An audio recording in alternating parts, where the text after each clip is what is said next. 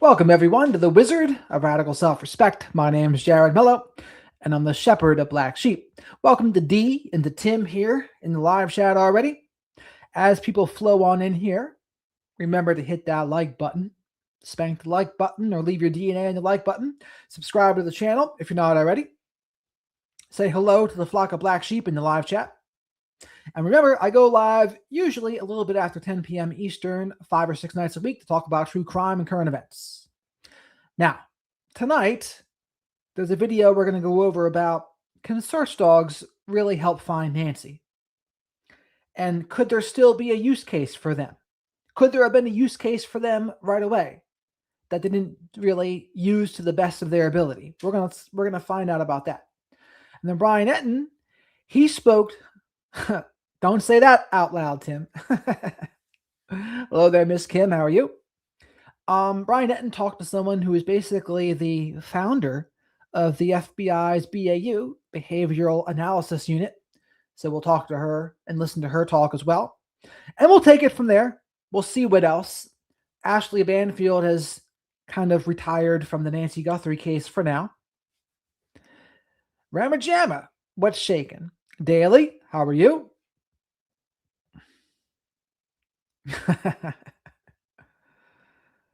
Not bad for 90 seconds, Indy. I'll give him some credit for that.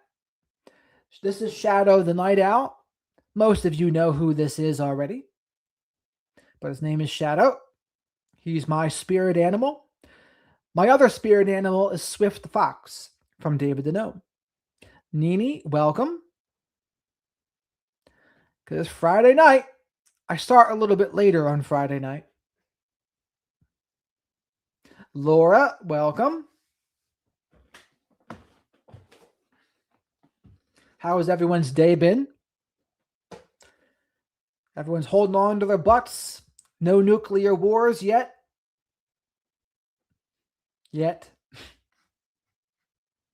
We are living in wild times, that's for sure. And again, I was thinking about going over the Dr. Koenig verdict, why it was attempted manslaughter and not attempted murder.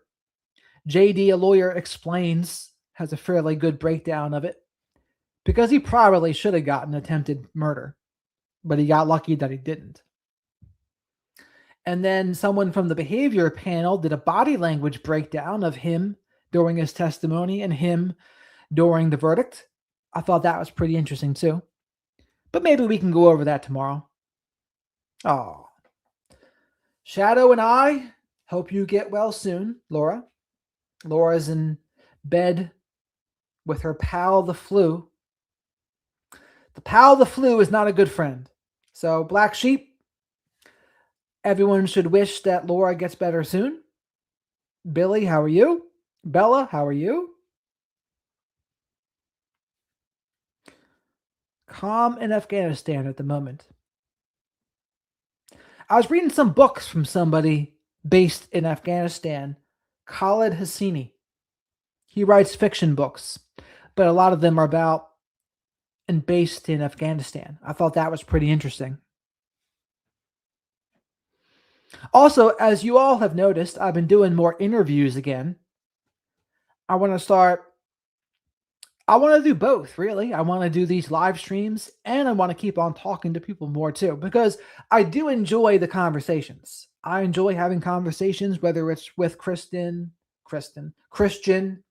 or Jess, the LCSW, or Dr. Salerno, or Mike from Profiling Evil. All of them.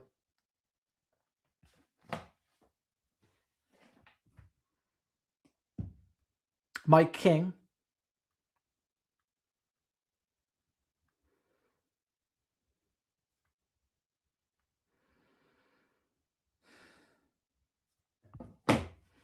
That was a good one to go over too, if you haven't seen it yet. Billy says, I'm quite provocative today, but only because I'm trying to be open-minded.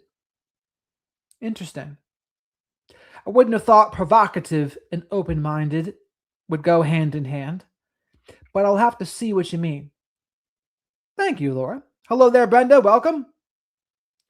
Montana, French Montana. Welcome. Uh-oh. Watch out. Danger. Risk has arrived. High risk. Risk is high risk. I got some other interesting ones. Laura, how would you guys like it if I talked to this woman that went from witchcraft to Christ? It's actually pretty interesting because she was really into being a witch and then she transitioned into believing in Jesus. And I was like, oh, that's pretty interesting. I might try to talk to her. She's pretty popular on Instagram. Julie, welcome. Good evening, handsome and family. How is everyone doing this Friday? I'm doing pretty well. Living the dream. Had a good workout earlier today. Did my, they call it Fran. So you do 60 pull-ups and 45 thrusters. A thruster is a body, like a squat with a shoulder press. So I did that and did like a 10-minute cool down run after. It's always a good day when you work out. Here's the thing. I've never felt worse after working out, ever. You might not feel great, but you never feel worse. After you leave the gym, always feel better. That's right, Julie. Yummy, yummy is right. Montana says, Jared, why do you call me French Montana? Just French Montana is a rapper, of course. And then in the songs, they would say Montana, French Montana. Yes, not the Wicked Witch of the West, Mike, but Glenda. Glenda, the Witch of the North, I guess she was, right? Oh, not too good there, Laura. I guess men could say they have a workout with tissues as well, but that would be more inappropriate. C9, welcome. I think so. Renee, how are you? That would be why, Montana. Probably a lot of people don't listen to rap music here, but that's what I think of. Danielle, hi, Jared. I agree with you about working out. Never leave the gym regretting it or going on a run. Exactly right, Danielle. I knew you'd like that. Laura. Snow Baby, welcome. Even Bella says, even on chemo, I keep doing water yoga class. I miss once in a while. How is that going for you, Bella? Everyone's got to send good vibes your way as well. She's undergoing chemo. Billy says, I live in the northern world of Sweden, beautiful and also quite complicated. Yeah, that's what I thought. Those Nordic countries, very interesting place. Brittany, welcome to the lives. We have an awesome flock of black sheep here. Everyone should welcome Brittany. This is our first live.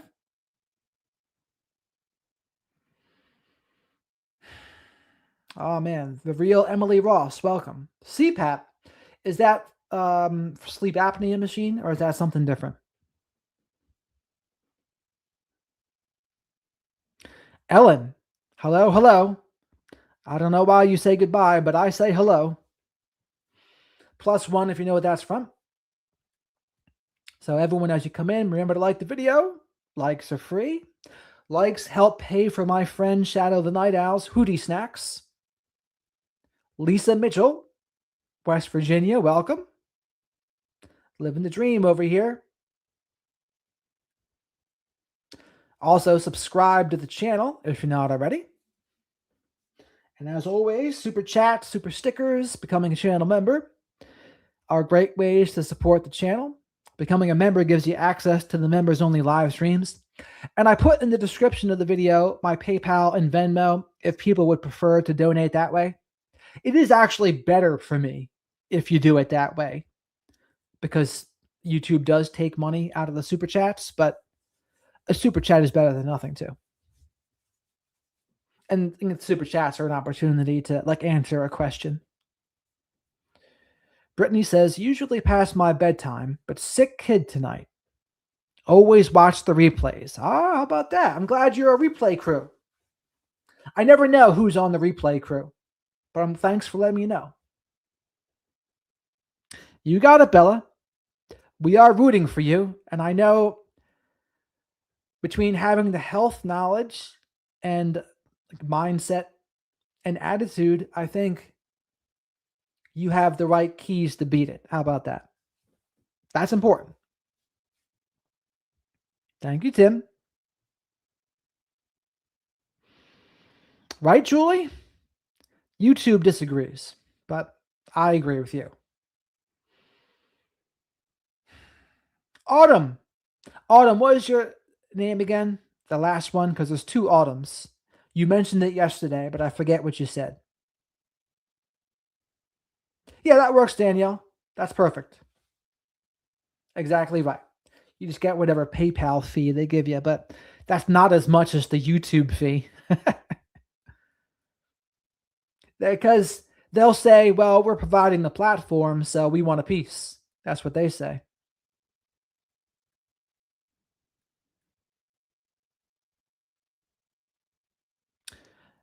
Nothing wrong with keeping it real, Billy, because when you keep it real, the right people will stay in your life. Autumn is Elizabeth. That's what the E stands for. That's right. Autumn Elizabeth. Yeah, sometimes it's tough for me to decipher people's usernames. Real Emily Ross says, yeah, sleep apnea. I stop breathing when asleep. Not horrible, but wakes me up. That's got to be scary, though, right? Autumn Elizabeth. I'll remember that now. The other one's Autumn. You're Autumn Elizabeth. Okay. So let's jump in here. Do you think that canines can solve the case? Can search dogs solve this case and help people find Nancy? I don't know, but let's see what they say. And I like this TMZ interviewer, Jackson. I like him. So at that point, I was very skeptical of his ability, as I said, to lead. This was not a commercial, highly trafficked business. It was a private residency that only Nancy lived in. So he released that, and then he allowed pool cleaners and vendors were wandering all over the crime scene. So that starts putting a neon light to me. It's like, why is this guy doing this? Hey guys, it's Jackson Buhai with TMZ here. Now, we are over 2 months now since Nancy Guthrie was initially abducted, and we have seen all kinds of things emerge from the headlines in this case. I mean, for one, we here at TMZ have received anonymous letters from people that are claiming to have abducted Nancy or know information about Nancy that want Bitcoin in return for that information. We have inconsistencies with how the investigation was initially conducted with the Pima County Sheriff's Office and the FBI. We've spoken to expert genealogists about genealogy and how DNA could possibly lead the authorities to finding Nancy Guthrie. We've spoken to a variety of people. So by the way, someone said, or Tim said, that YouTube has increased the price of YouTube Premium. I have YouTube Premium, but I haven't noticed the price recently. And what do you want to bet? It's because YouTube and Facebook both lost the lawsuit that they are addicting. So they probably don't like that very much. And they're going to punish us because they're losing that lawsuit. About this case. And ultimately, what everybody wants to know is how much longer will Nancy Guthrie be missing before the authorities find them? Now, again, like I just said, we have covered a lot of possibilities, but today I want to introduce another one, which is canine and cadaver dogs, possibly being utilized by the authorities to track down Nancy Guthrie, or to at least give us some more clues about this case. So today I'm joined by Mr. Mike Gold. He is a retired lieutenant of the Nassau Police Department, and he is also one of the founding members of the NYPD Canine Unit. Mr. Gold, thank you so much for joining me today. Yeah, thank you for having me. Of course. So tell me a little bit about cadaver dogs and canine units in general, and how in this case they could be used to find Nancy Guthrie or further the investigation. Right. So cadaver dogs, human remain detection dogs, are highly trained specific. Cadaver dogs, human remains detection dogs. Interesting. You would have thought these things were used right away, though, right? That's what I would have wanted. For this, they're a technology, a very sophisticated technology, actually considered by the courts as a scientific instrument, because they have the ability to detect invisible odors that are not detectable by humans. So they're highly trained. They should have been utilized in this case. The sheriff's decision not to use them is baffling to me. I've been a critic of his since day one, since his first press conference, for many of the decisions that he made. But ultimately, the one, because this is my area of expertise, the use of cadaver dogs, human remain detection dogs, as I said, they have night vision, scoutopic vision. They could go out in all kinds of environments. And for him to put them, I think I'm going to paraphrase, but I think he said, we're going to put them on hold for now, which to me makes no sense. There's volunteer organizations, search and rescue dog organizations all over the country, volunteers, not costing any money. And this is what they do. They train regularly to find human remains. And they're very good at it.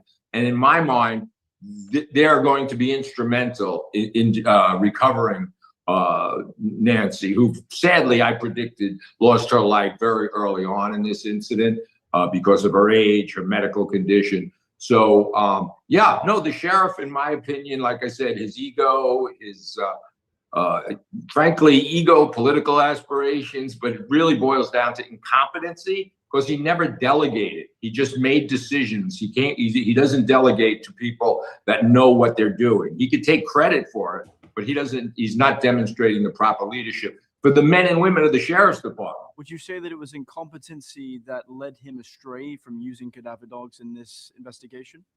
Well, frankly, when he released the crime scene very prematurely, it was a residential house. So, chat, what do you think? Do you think it was Sheriff Nanos's incompetency that he didn't use cadaver dogs right away? Or do you think it was something else?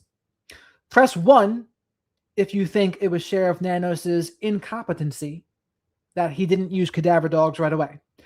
Press 2 if you think it was some other reason. There's no reason to release the crime scene. So at that point, I was very skeptical of his ability, as I said, to lead. This was not a commercial, highly trafficked business. It was a private residency that only Nancy lived in. So he released that, and then he allowed pool cleaners and vendors were wandering all over the crime scene. So that starts putting a neon light to me. It's like, why is this guy doing this? Then he never addressed the media. He did early on, but he actually criticized the media and the public for doing their job. So it was very strange, So Danielle, the question was, do you think it was Sheriff Nanos's incompetency that he didn't use cadaver dogs right away? Or do you think it was something else? odd. Most police departments have public information offices that are trained to interact with the media, because we all know in law enforcement that the public and media solve crimes. We're partners in the media, and the public are partners with law enforcement. They don't have to divulge every aspect of an investigation. But people shouldn't have to be asking me these things. The sheriff should be here telling you why he didn't use cadaver dogs, why he released the crime scene prematurely, why he caused fuel on conspiracy issues. So here's a steel man of why Sheriff Nanos didn't. Maybe he thought she wasn't close by. I don't know why you would think that instantly, but maybe they didn't think that. And they thought, well, of all the things that we can do, we don't think that's the best use of time. Maybe that's what they thought. I still think, why not use them just in case? That's what I would think. When he's interviewed, he tells the press, your guess is as good as mine.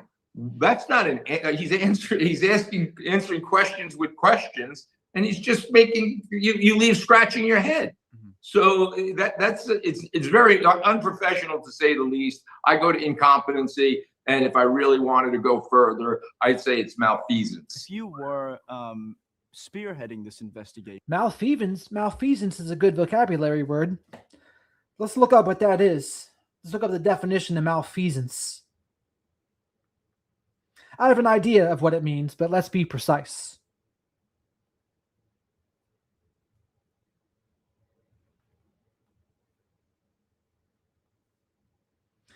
Why is my chat GPT logged out?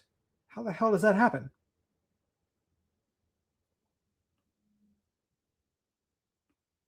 It's ridiculous.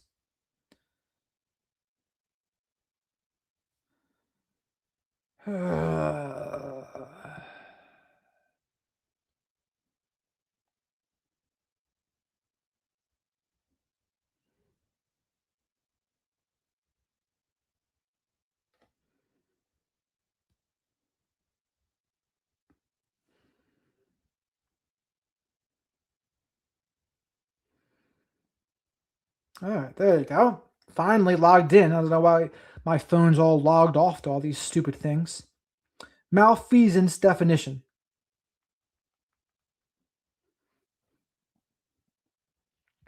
Oh my goodness.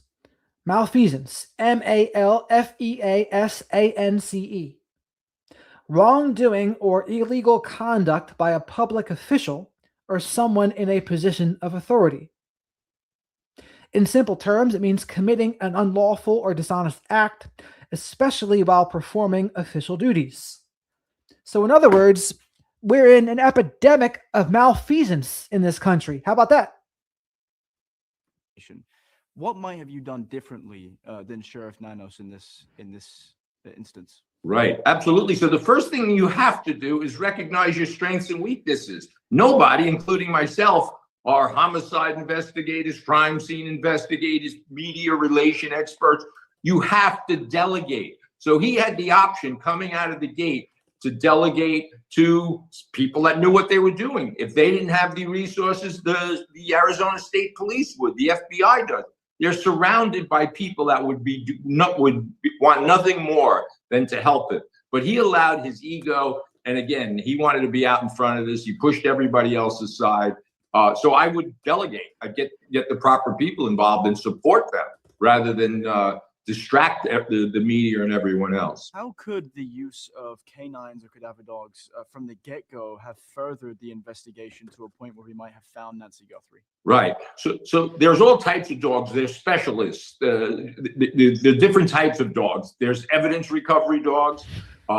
There's narcotics dogs, obviously, explosive dogs. They're all trained for a specific specialty.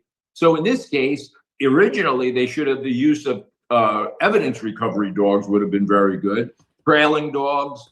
The problem is that when you use human eyes to look for things, you don't really know what you're looking for. So all of these dogs are, as I said, are considered scientific instruments when they're properly trained. They can find and detect odors that are invisible to you and I.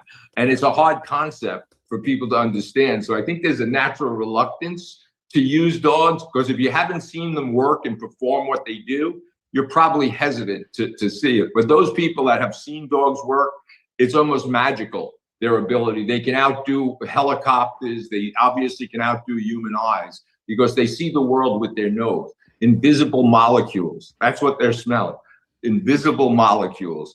And you can't do that walking through the woods looking down. That's very interesting. Have you ever been involved in a case such as this one where canines have been used to find a missing person? Absolutely. I mean, that's what dogs do. So dogs are trained, as I said, to go look for whatever they're trained to do. In fact, this fall, I'm going to be looking for a woman missing for 25 years. She was missing since 9/11. She was missing, presumed killed during 9/11, upstate New York. 25 years ago. We're going to be using cadaver dogs, human remains dogs, to look with new DNA evidence.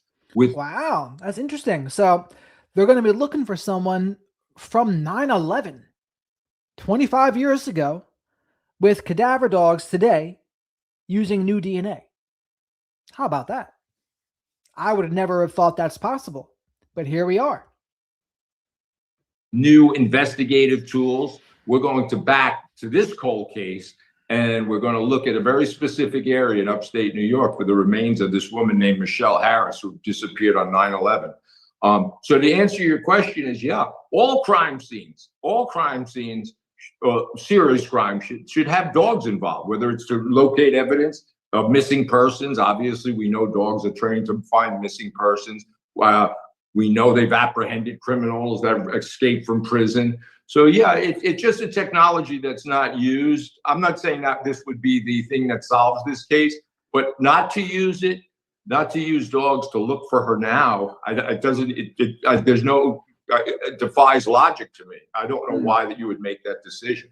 So when you think about how instrumental dogs are in our societies, sometimes we just walk by them and we just see them as dogs. We don't understand what the courts understand. As I said, the courts recognize them as scientific instruments that can develop probable cause for warrantless searches. It's the only scientific instrument that can establish probable cause for narcotics investigations and conducting warrantless searches. Interesting. And so it sounds like what you're intimating is that even now, even at this point in the case, nearly 2 months since the abduction, if we did utilize those dogs, there would be a chance that we could further the investigation. And I'm wondering, even though the crime scene has laid dormant for 2 months now, in what ways could we utilize dogs in this very instance? Could you give me some examples? Right. Very good question by Jackson. I like Jackson, by the way. And I would say, why not use DNA evidence? Let the dogs smell her clothes in the home. Go around the area. What do you have to lose? And then, if you're really feeling frisky, go down to that town in Mexico that they said that that's where she is. Let the dog smell the clothes and go around fields and things there. Is it like searching for a needle in a haystack? Maybe. But if you can concentrate it into a small enough area, it might be fruitful. But let's see what he says here, how they would use them. So sadly, this is a recovery. It's not a rescue in my mind. I think even the family has come to terms with the fact that Nancy is deceased. So you have to find, by discovering her remains, you'll also find evidence, DNA evidence. You might find ligatures. You might find a number of evidentiary pieces of evidence that would be instrumental. And there's no time limit on this. As I said, I'm going to be looking for the remains of somebody missing 25 years ago. Right here on Long Island is the Gilgo Beach murderer. The dogs are being used to recover remains all the time of crimes that took place 10 years ago. So it's a very, so to answer your question, the dogs could be deployed right now.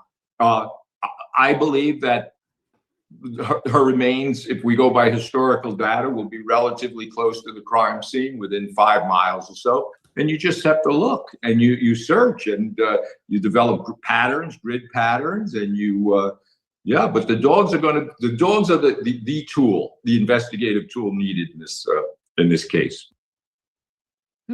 Makes sense. I say, what do you have to lose? That's my thought.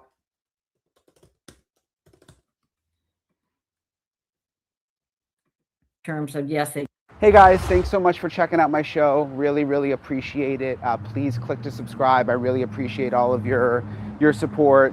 It is now day 69 in the search for Nancy Guthrie. It is Friday. It has been 69 days since Nancy just went missing, literally just vanished from her home in Tucson, Arizona. Really interesting episode today because I am talking to Dr. Ann Burgess, who is the famed FBI profiler. She's been doing this kind of work for decades. She actually helped start the FBI Behavioral Analysis Unit.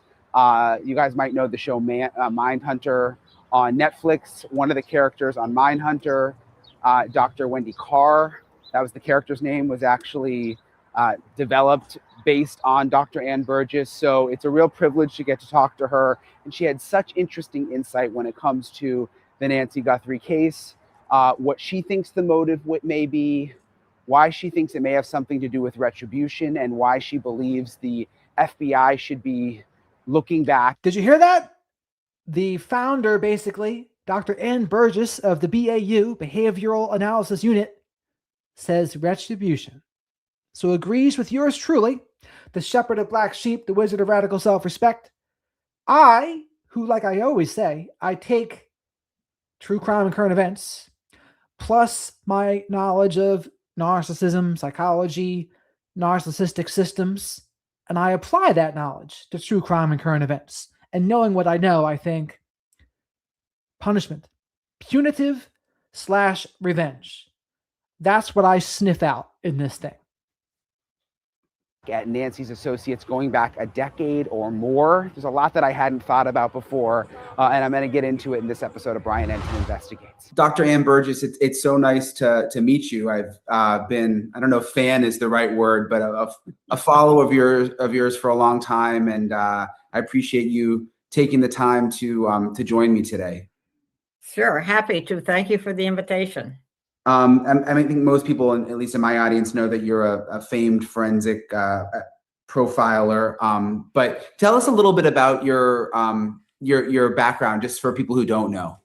Yeah, I think that my research started back when I was at newly associate professor at Boston College, and Linda Holmstrom invited me to be on her research project on rape victims, and that's really what started this.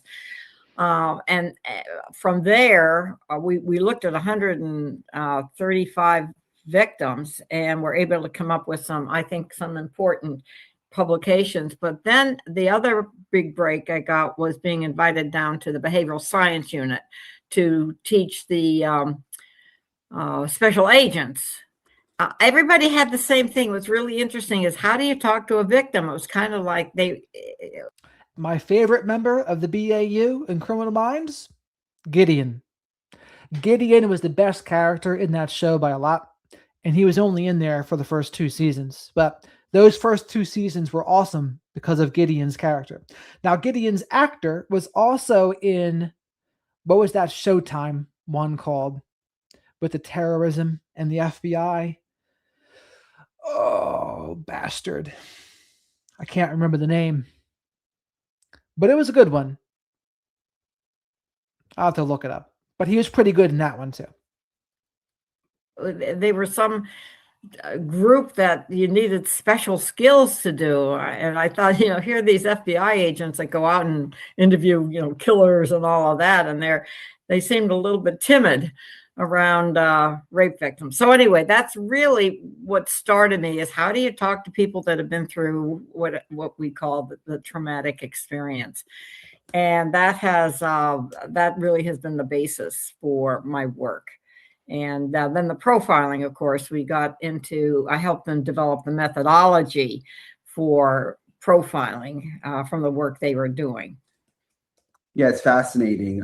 With the Nancy Guthrie case, it's been more than 2 months now. I was on the ground in Tucson for almost 50 days total covering it, and I thought surely in a couple of weeks there'll be some kind of resolution to this. And from the sources that I have on the inside, there's not a suspect. I don't think there's any good leads right now. I don't think I call it a cold case because they're still working it really hard. Are you surprised it's taking this long?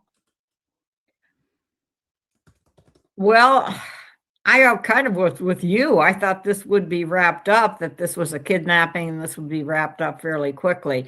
But as you get into it now, as you know, we're pretty handicapped with we don't have a lot of information that we can use. So normally would have a lot more information. We have almost zero information. But I think the other thing that complicates this case is that the DNA, that evidently they have some little bit, but it's going to be very hard to separate out the DNA from family members or other who's known and so forth. So I think they really, it's. And that's always been the thing with the DNA. When it's touched DNA, it could be from anyone, right? So how do you separate it all out, see who's who, and keeping in mind it has to be a certain percentage of each sample to even get somebody. So that's where I agree with CC Moore, the DNA expert. Go back in there and get some more samples if you can. What do you have to lose at this point? They're in a circumstance now where what do you have to lose? Nothing, because they have nothing. And when you have nothing, why not try? But please remember to like the video while you're here. Likes help pay for Shadow the Night Owl's Hootie Snacks. Shadow here is to my right, the spirit animal of the show. Subscribe to the channel if you're not already, and say hello to the flock of black sheep in the live chat. We have a very eccentric, awesome, supportive, and encouraging group in here. And I would have it no other way. they're at a hard place right now, unless the only thing that makes me think you could break open this case is if indeed there are more than one person involved in this, whether it be because of setting it up or because of trying to kidnap her, et cetera, et cetera. If there's multiple offenders, you can sometimes get them to break. Each one will break on the other. So that's the only thing. This is a tough case. You just don't have enough. As you said, even if you had inside information, you still don't have enough because there's just no. There is some information, I think, with nothing missing. That's the other thing is, how do you have a kid? Well, you could have a kidnapping with just the person, of course. You have that in children, but it's very rare in elders. And even you go online, the amount of elders that are missing is very small. And if it is, it's they're missing for other reasons, not because of a kidnapping. So all of those things you have against you in terms of trying to even come up with a profile, because it's such a small population that would ever abduct an elder. So no evidence. That's and the mixed. We got a super chat from Tiger. Shadow says thank you, and so do I. If you are so smart, Owl, why are you up this late? Well, because we have to do what we have to do around here. That's why. Plus, I think people just had different circadian rhythms. Like ideally, like back in the caveman days, people would go to bed when it just went dark, and they would wake up when the sun rose. But there was also people back then that would have to like watch over the tribe and protect them from saber-toothed tigers, etc. And rumor has it, some of those people evolved to becoming night owls too. So in a way, maybe my shepherd's ancestors were also shepherding the flock and the tribe by staying up at nighttime, protecting them from saber-toothed tigers and lions and tigers, etc. How about that? But thank you, Tiger. DNA, I think that's what's really hard. When you were working with the profiling unit, do they have enough to come up with something at this point, just based on what happened? But, there's that photo from the front camera. Is there something more that they could be releasing to the public that would help with tips and sort of help narrow down the search? Yeah, absolutely. And I know I've been on a few other blogs way back when this first came out, and I always wanted to know, how did they get in? That's one of your first questions. Somebody had to have gotten in. There's no forced entry. There's nothing. So that could have helped an awful lot if you could have. We have to just speculate that it was someone that either watched when this garage door went up, or had been in there when she had gone out and was hiding there. I mean, all of those scenarios I've seen. I've actually had cases where that's happened. But you just have to say these are possibilities. And why would they? I think motive is important. I don't mean motive in terms of, yes, they tried to get her out. Of course, that we see that. But what is behind what's the real motive? Is this something against her, a 84-year-old woman, or is this against somebody else within the family? We do know that can be in other cases. I think what you're asking is, how many other cases have we seen in which we were able to develop a profile, and then you work your legacy cases against what you have current. That's always been my way of working these cases. So is there something more they could be releasing at this point based on a profile? Oh, I do. I think they could release something about entry. The entry part would be interesting, right? Because as of now, no signs of forced entry, although we've had some contradictory evidence about that. We do know the two back doors were propped open with the flower pots. But I would like to know how they got in, period. I think that could help.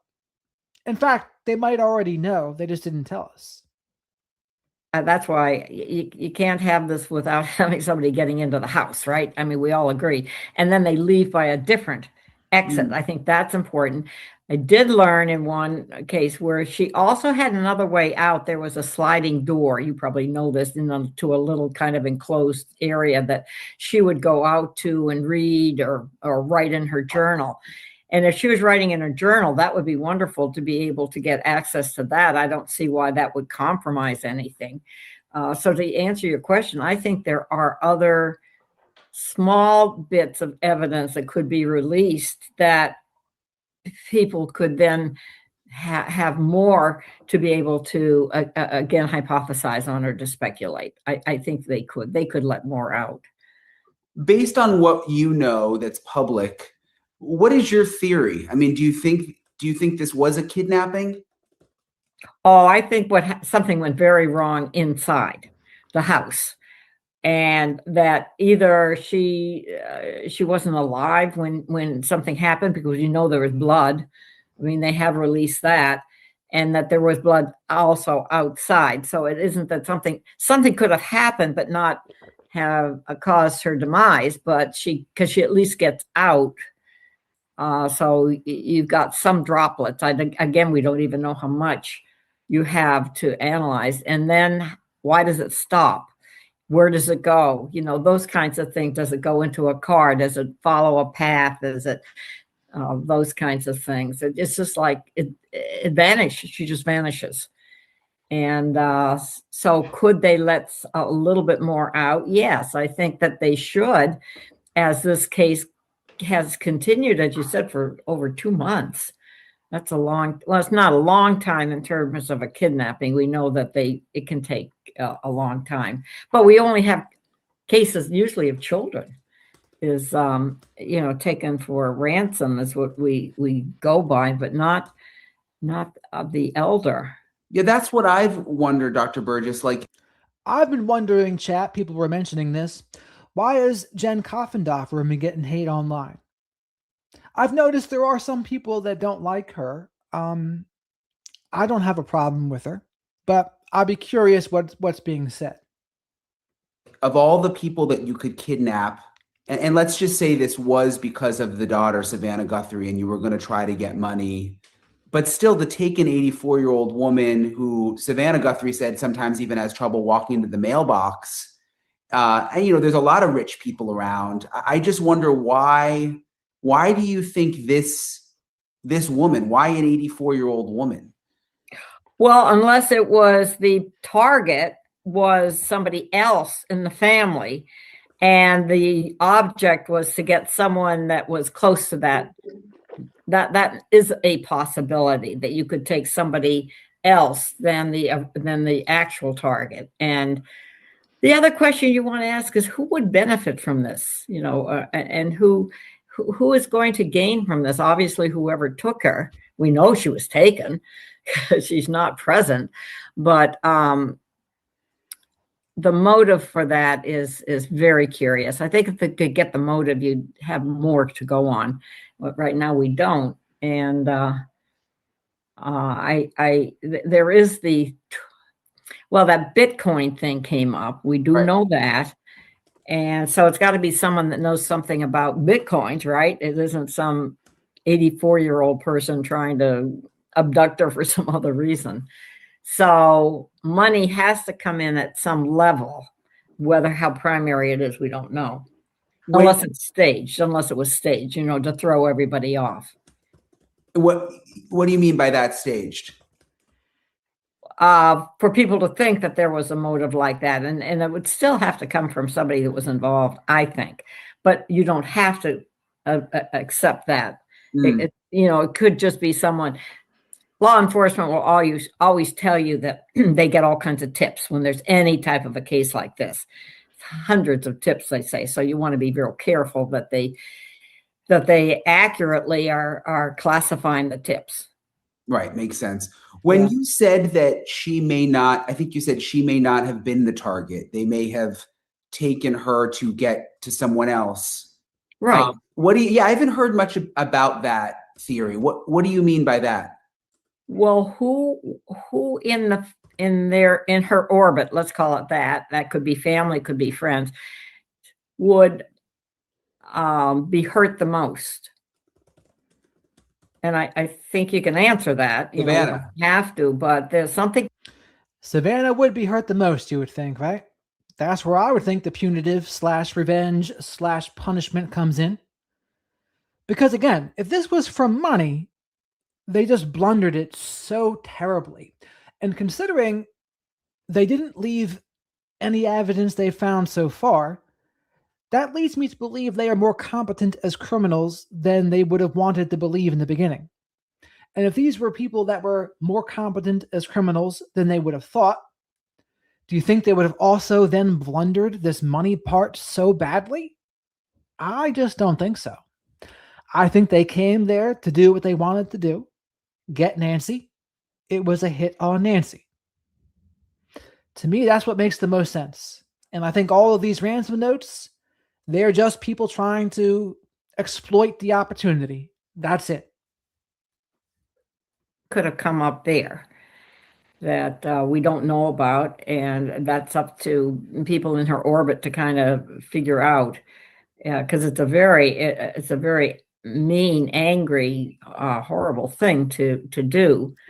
And then if it goes wrong, which obviously it did, I think, it doesn't make sense that she would be a target to do more than abduct her. Yeah, it really is so perplexing. The person or the people, seems like it would probably take more than one person to pull all this off. Absolutely. That have still been able to evade capture. There's the $1 million reward now. What do you think it will take? I mean, you've studied the minds. I mean, is there any guilt there that would eventually set in, or could it be the desire for the money that someone finally gives into? I don't think we're going to see any guilt by the people that did this. I was watching someone the other day, this woman, it was a clip. I forget what it was from, but she was saying all murderers experience guilt. And I couldn't disagree with that more, actually. I think if someone has enough impaired empathy, they're not going to feel guilt. That's the hallmark. There are more people that are leaned in the psychopathic direction than people would like to believe. Because people think psychopath, must be a murderer. But actually, no. There are plenty of psychopaths that actually integrate into society. And they're amongst us. They're just not killing people. So that happens too. But why did I say that? Well, because I don't think they're all feeling guilt. I think if you have impaired empathy or no empathy, you're not feeling guilt at all. So I don't think guilt is going to come into play here, because chances are they did this. People that would feel guilt are probably not the kinds of people to do this, if I had to guess. But chat, do you think these people are going to feel guilt, whoever did this? Press 1 if you think they'll feel guilt and they'll maybe rat themselves out. Or 2, no, they're not going to feel guilt at all. See, I don't think, I mean, it could be, of course, but I don't think it is. I think there's something else operating here. $1 million, people, that's not a small sum. So as the money goes up, but it doesn't seem to have attracted anybody, any further information. I think you want to look at it from that standpoint. Nothing. This is it. Yeah. So when you say something further going on, what do you mean? I feel like there's something you're not saying, sort of. Is there retaliation? Is there revenge? Is it you want to go down that line of possible motives, and that this is some way of getting even or whatever? I'm just listing them. It's not that I think that it's any one of those, but those would be possible motives. I mean, we usually do that anytime we're profiling and trying to go after motive.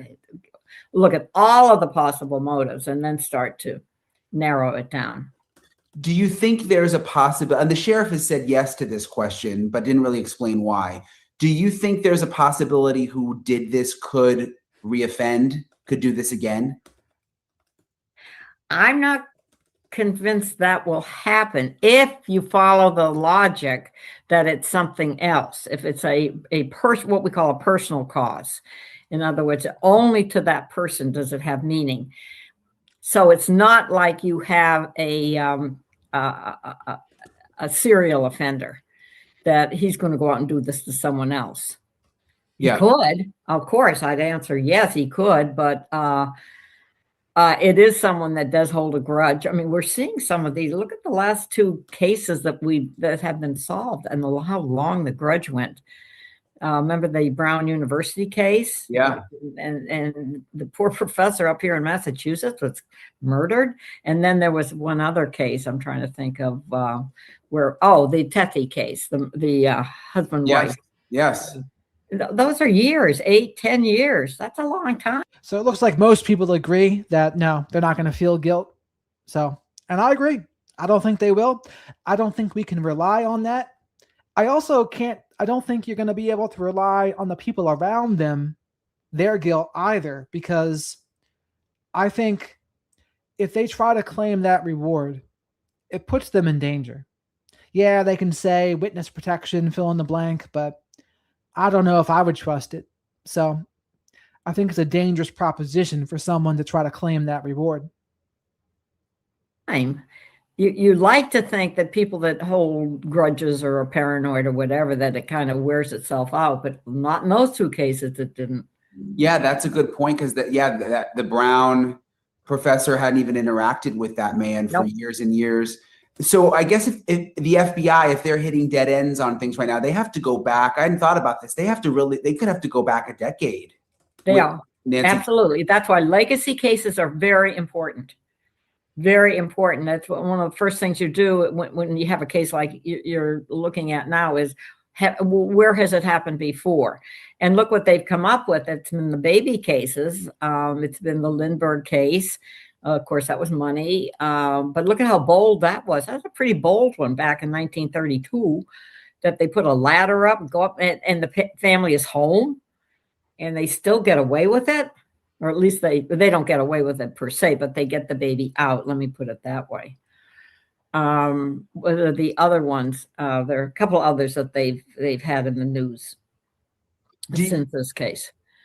A lot of people think the reason that this case has been so popular, I guess maybe that's not the right word, but people are so invested in it is because of Savannah Guthrie, the daughter. But I also think it's because so many of us with aging parents or grandparents, like, this is our worst nightmare. You're always a little concerned, like your mom doesn't want to move into a retirement home and you're trying to give her independence, but you're always just a little bit worried at all times that someone's going to take advantage. Like, even with the scam phone calls, and it just seems like it comes at older people from every direction now. How do you think that plays into this? Well, I think you raise a very interesting point. That could be a motive. That could be a motive. Pay more attention to our elders. So look at what can happen. You could have somebody that had an experience. I will always say they have to have had some genesis, if you will, of that. Did they lose an elder parent? Are they angry that nothing was done to help that? And that could stimulate or activate some. So I think you have identified another possible motive that's as remote as the one I gave. Yeah, well, to take an 84-year-old like that, I guess you could be trying to send some kind of message. Yeah, absolutely. It's so unusual. And it has been. I'm not saying that's a positive of this, but it is something people have talked about and have thinking about. How are we handling our aging family members? Yeah, I've certainly thought a lot about it just from covering it. Has there been, and I think you teach a class on this, or you did teach a class on this, has there been an increase in elder abuse? I mean, is that something that we're seeing more of in America? Yes. And that was raised in one of the, I know where I've had now over 100 cases of nursing home sexual abuse. Now, my area is more sexual abuse. 100 cases of nursing home sexual abuse. Holy mackerel. I mean, it can happen. I mean, like Matt Murphy said yesterday, sexual predators don't stop. So it starts young and it doesn't end. So that means until you're dead, you can still be a sexual predator. Although a nursing home neglect, that is another common one, right? Depending on the nursing home. They can be notorious for not being the best. Abuse, but it is something that is happening. And you would think that there'd be enough people out there saying, good grief, this is horrible. but they're not. When you get into these cases, they will try to cover up the cases. Well, the nursing homes will. But there are people that, and it isn't just peers, in other words, you can always have a resident, but the staff, you would say, well, why people find that hard that a 84-year-old or an 85-year-old might be still sexually attractive to somebody. It is if it's what we call a paraphilia, if that's their fetish. So if it's a Danny Troyer, who Mike King and I talked about in our interview, that was his thing, the elderly. You have to understand it from that standpoint, just as children are. So that isn't the most unheard of to have asked that question. And I think one person did ask me that. And I'd have to say, but that's not the way those cases happen, is what I said. I never knew someone to be abducted and then used sexually, as you might have with a pedophile, with a person interested in children. So they would have, and I hate to even talk about this, thinking about like a grandma, but it's life. I mean, so if it was sexually motivated, you think they would have just done that in the house, but not taken her away? Is that what you're saying? Yeah, and the way, there is elder pornography. So you have to realize that there are people out there interested in the older person sexually. Think about that, elder pornography. There's got to be a comedy skit in there somewhere. The elderly pornography shoot. Or they wouldn't have the pornography. Interesting. Disturbing to think about it. I know. And in all those cases that you had in nursing homes, it's like, again, I think this is something that is buried within a lot of us being worried about our parents and grandparents. And like all of this just makes you think about that, Sure, absolutely. Back to what you were saying about the vengeance motive, possibly someone, I guess, would it be someone maybe angry at Savannah that would do this? Could be. It could be. I am sure that law enforcement talked with her about that. Has she had any kind of, over the years, it wouldn't have to be just recent, but over the years, did she ever get any bad letters or anything along that line that would indicate that she, because a lot of people in high profile get them. And it could be someone that's just, not has the situation all wrong, but that's why people have to be careful. They have bodyguards or they have surveillance or, whatever. Do you think the ransom notes, or at least some of them, are real? Well, the only one that seemed real, because it was, I think, contained in an affidavit, was the Bitcoin, where it was actually mentioned. Yeah. Rather than, I want $1 million or something like that. So I hope that they went over that carefully. Right. Yeah. I mean, the strange thing is there was never really a proof of life. So let me steel man something here for a second. I mean, do you think it's disgusting for other elderly people to watch elderly porn? Perhaps that's the most, maybe, I don't know.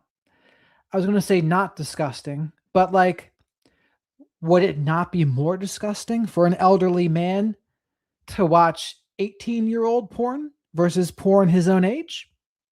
Just throwing it out there. Or when I think of ransom notes, I would think there'd be more detail there. Oh, absolutely. Yeah. And that's why I don't think they paid attention. You have to have proof of life. People aren't just going to fall for a letter saying, turn over your money. Do you think this will be solved based on everything you know and everything you know about what goes on behind the scenes with the FBI? I do think it will be solved at some point. Now, how soon, I don't know. These can go on a long time. But I think it will at some point because, as I said, I think that more than one person was involved.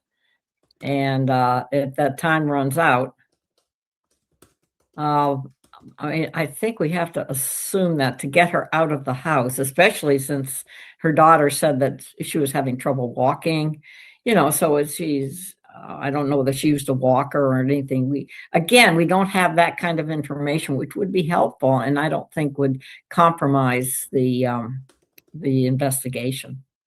So you think they should release more? Is that right? Yes, at least to a certain group. They could go to an outer circle. I know they must have an inner circle. Why can't they go to a group that really does this? I know that I'm surprised that maybe they have. I don't know if the FBI certainly always has the BSU, the Behavioral Science Unit, where they do the profiling. I would hope that somebody had been consulted there. You mentioned how you work with the victims a lot, kind of on the other side of this. Everybody's thinking of Savannah Guthrie, and she just went back to work. Everybody saw her back on the Today Show. How hard is it, and how do you try to move on with your life when something is so unsettled and not solved? And also, I've thought about, even with her, I wonder if she even fears for her own safety, not knowing who this person is and what the motive was. I would assume she has added to her security, yes. And you don't move on. There's a part of you that will just look at how many unsolved cases we have. I mean, there are only about half, if that, get solved. Even homicide cases where you have a lot of evidence, it's very hard to solve. So I think that it is to the advantage, unfortunately, of whomever is involved in this. I'd like to. That's why you really want to have it solved, so that they don't think they can just get away with it. And the possibility that it is a serial offender, we never can say for certain that it is or is not. But for Savannah, or for people who, like, when you talk to victims and it's unresolved, the person has not been caught, how do you deal with that day to day? Well, what we suggest is that people talk with other people that are in the same boat. That helps a little bit. And so we set up virtual groups so they can talk about it, and then they can become involved in each other's search. And even if you solve one, it helps the whole group. So that's kind of where we're at with that. You can't just sit and think about it yourself. You really have to share the anxiety and the angst that there is. And those groups do sometimes come up with solutions.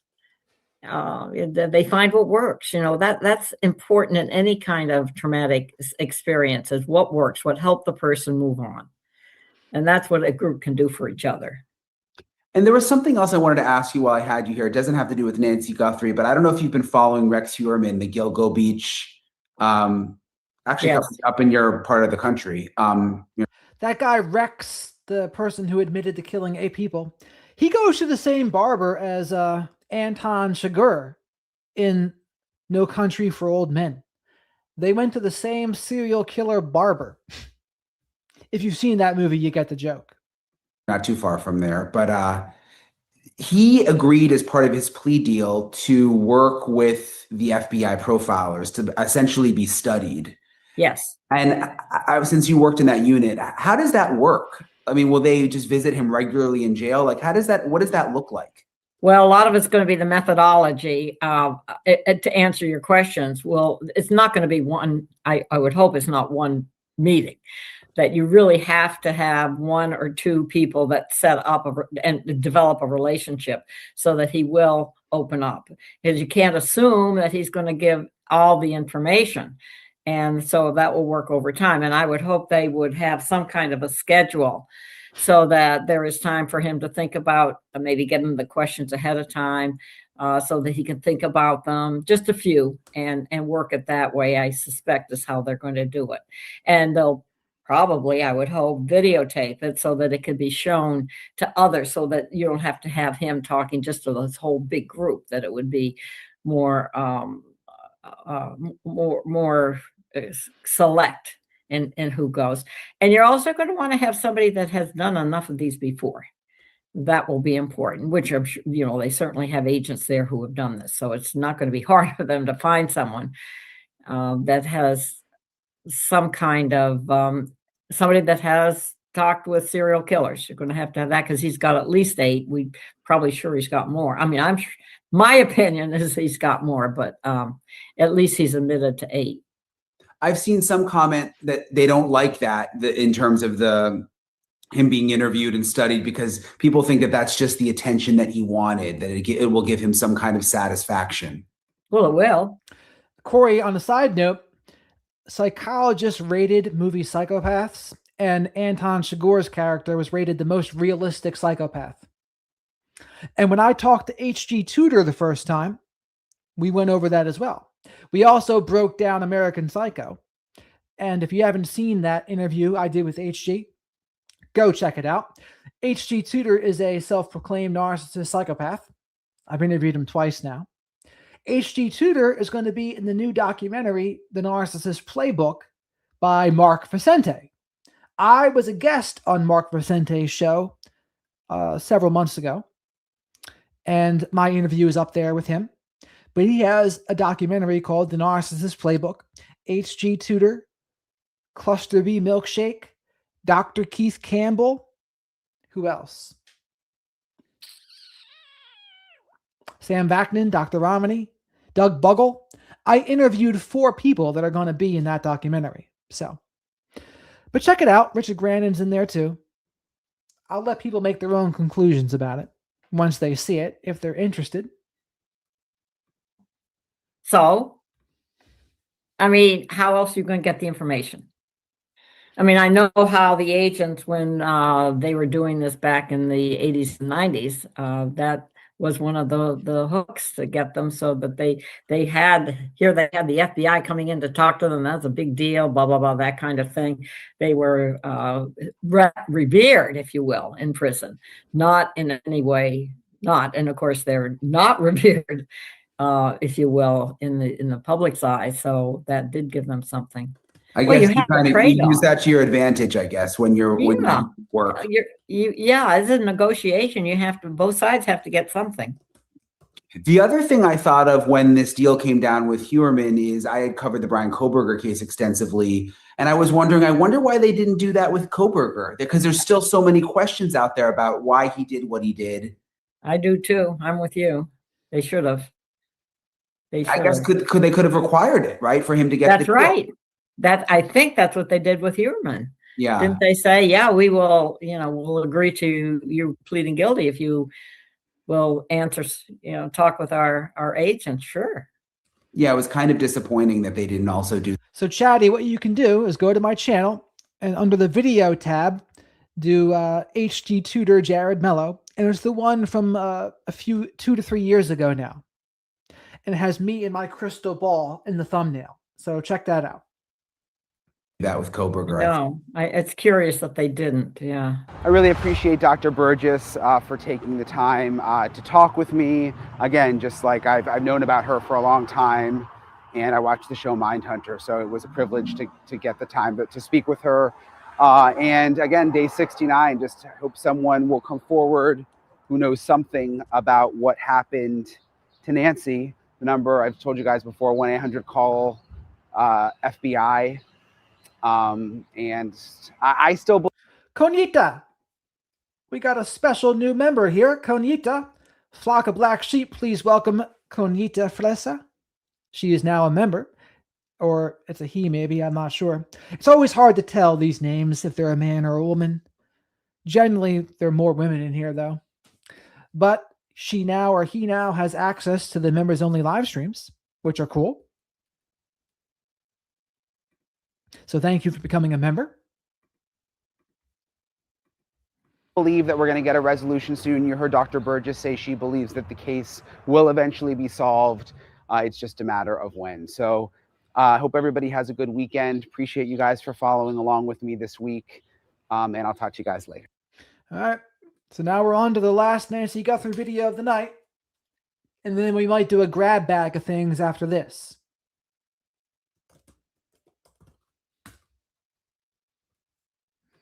My inclination with this stuff is to say this is all just. This is Dan Abrams' channel. He's talking to an FBI profiler, former FBI profiler, about how she would crack the Nancy Guthrie case. So let's see. Nonsense. But ever since I heard Savannah Guthrie a couple of weeks ago, I have been focusing more on these ransom notes than I did in the past. So I don't think there was enough play on the first 2 notes that were sent to the local affiliates there in Tucson. And whoever this person is, this isn't just about trying to get a ransom. It's Jen Koffendorfer. I didn't realize that was the former FBI profiler this was referring to. And she looks different here. Interesting. In fact, I would argue it wasn't about getting money at all. It was about just further hurting this family and this person being in charge and in the media showing their ability to control the narrative. I think it's a psychological war play here.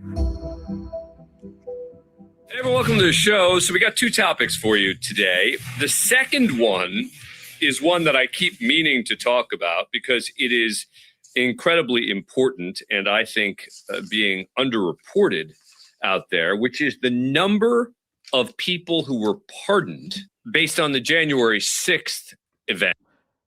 What's up with his face here? Do they have like an interesting filter on him or something?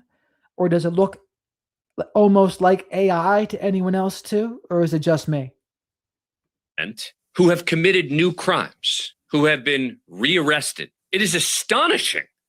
Considering we're talking about 1,500 people, the percentage of them who've already been rearrested. It is certainly far higher than the ordinary percentage one would expect based on the population at large. So we'll talk about that later in the show. But first, I want to talk about the Nancy Guthrie case because I'm just trying to get my head around where we are. I mean, these ransom notes keep popping up in the case. And, TMZ makes a big deal about it. And, my inclination with this stuff is to say, come on, this is all just nonsense. But, ever since I heard Savannah Guthrie a couple of weeks ago say this, and this is number 16, I have been focusing more on these ransom notes than I did in the past. There are a lot of different notes, I think, that came. And I think most of them, it's my understanding, are not real. And I didn't see them. I believe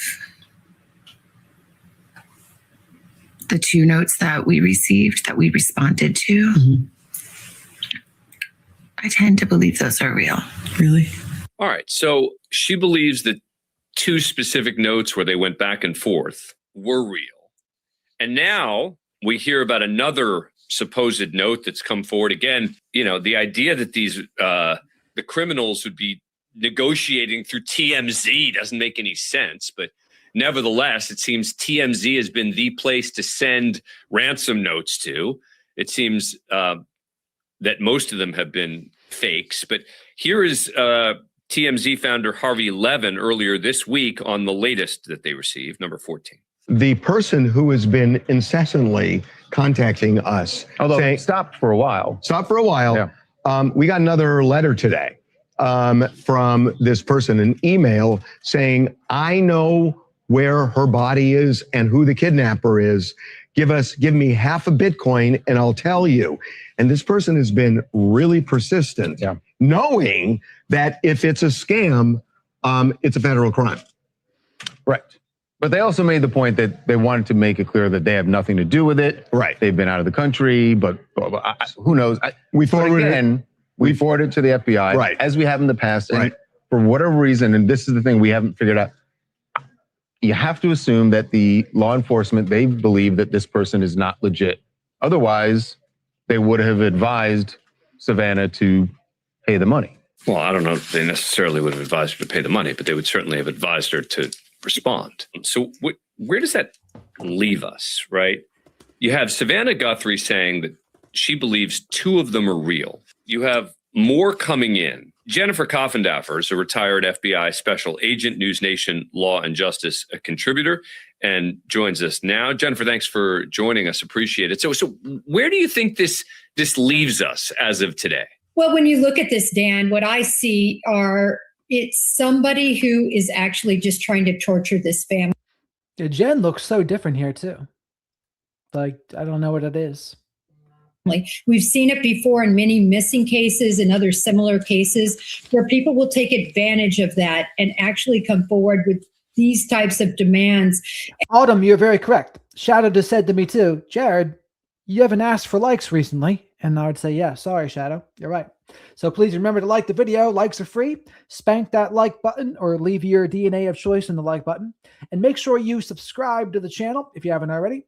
And then say hello to the awesome flock of black sheep here in the live chat. And it's really horrific, especially when you consider these last two demands came when Savannah Guthrie had just returned to her job on the Today Show. And I don't think that at all was by accident.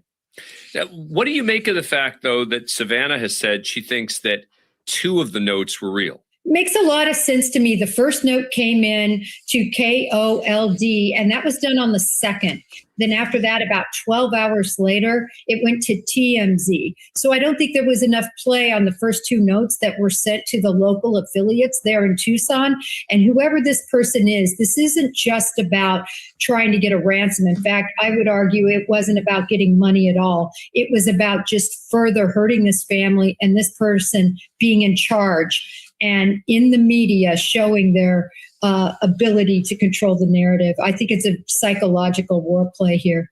But do you think that this person actually knows anything, right?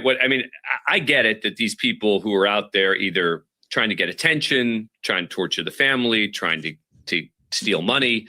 But is your sense that any of the people who are communicating with either the family or law enforcement actually know anything? My sense is the first 2 letters are real. And if you look, in other words, affiliated with whoever's responsible for the abduction, and how I judge that is you look at, first of all, the response by law enforcement. Law enforcement came, they were involved in a press conference. So Jen thinks that those first 2 notes were real. I mean, again, the 6 million Bitcoin thing, perhaps that has the most realistic chance of being real. But, and again, I do like Jen as a guest on shows because usually she stays on track, which is good. They talked about the number of indicators in terms of how she was dressed, something on the nightstand, a floodlight, and they said there was more than just that. So when you look at that and their response, getting the family together to do these pleas, there's been 5 of them to these abductors, they think these notes are real. When were those notes from? Just remind us the dates of those. Right. So, of course, she was abducted the early morning hours of the 1st. On the 2nd. The 1st of February. Right. February. Yeah. Go ahead. Yep. So on the 2nd, 2 notes were sent to local Tucson affiliates, which I also found very interesting. In other words, somebody that would have been familiar with that area, somebody who actually wanted those notes to go out to Tucson. Then when those affiliates did not distribute the information, they went to TMZ. It makes a lot of sense to me to go to TMZ, and this is why. TMZ has huge reach in the celebrity realm and in the true crime realm. That's really what they do.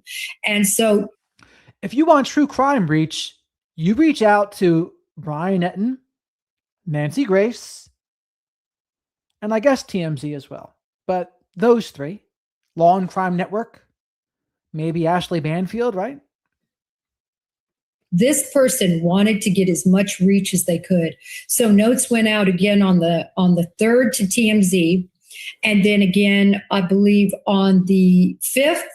And those are the notes that are involved here. So your perspective is that they actually don't want money at all? I don't think they wanted money at all. I really don't. I think this is why. Let me say why. If you want money, you contact the family, you leave a note there on scene, you contact them, which would have been quite easy. We saw Annie and Tommaso were contacted by an individual who was arrested with ransom notes. This would not have been difficult to text or email notes to the family right after the abduction. You want to make a demand that's easy to follow, that's not difficult, and you have proof of life. They did not do any of the things that normal abductors would do to get money. They only did something to put themselves out in the limelight and to hurt this family. And so do we know that the note that just came into TMZ is not connected to that previous note, or we don't know that? Such a great question. We really don't know that. We understand it's a different Bitcoin address. The person purports himself to not be connected, but yet know where the body is, and also understand who did this to her. So, and he's upset. He says, you all say this is a scam. I'm not trying to be greedy. Basically, he wants around today, a half a Bitcoin is $37,000. When he sent that note to TMZ most recently, it was only $34,000. And he says he'll take the other half later. The only thing that I find interesting with these notes, Dan, is he used the exact same venue to do this. In other words, he didn't know that the Bureau would have such a hard time following these notes. Everybody knows that now. But back then on day 10, when he sent this note, Dan, he didn't know that they wouldn't be followed. So when I look at that, I think, geez, the MO is similar.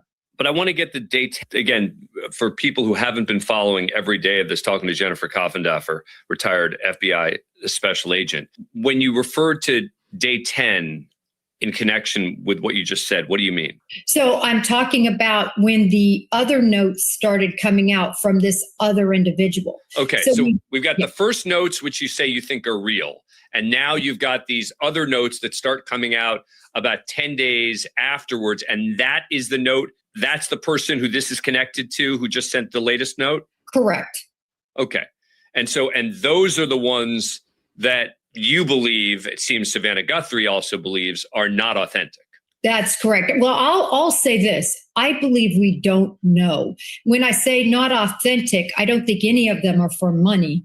But when I say not authentic, I don't know if they're really related to the first two. It doesn't seem, though, Dan, as if they are. All right. So now take us, using your FBI experience, into what the FBI and law enforcement do with this kind of information, right? On the one hand, I'm sure they're skeptical the way you are, right? And yet they don't seem to have any great leads. So they're going to, quote unquote, follow up on it. But what does that mean in this context? Well, it's interesting, Dan, because what I would do is what we term tickle the wire in a case. What does tickle the wire mean?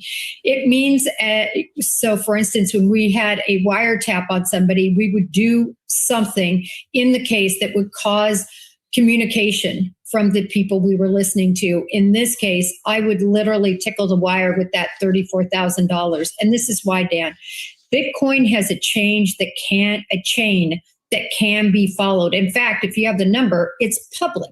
That doesn't mean Tickle the wire reminds me of, if you have a tarantula or some sort of big spider, you tickle the wire and the tarantula or whatever it is pops up, or the black widow.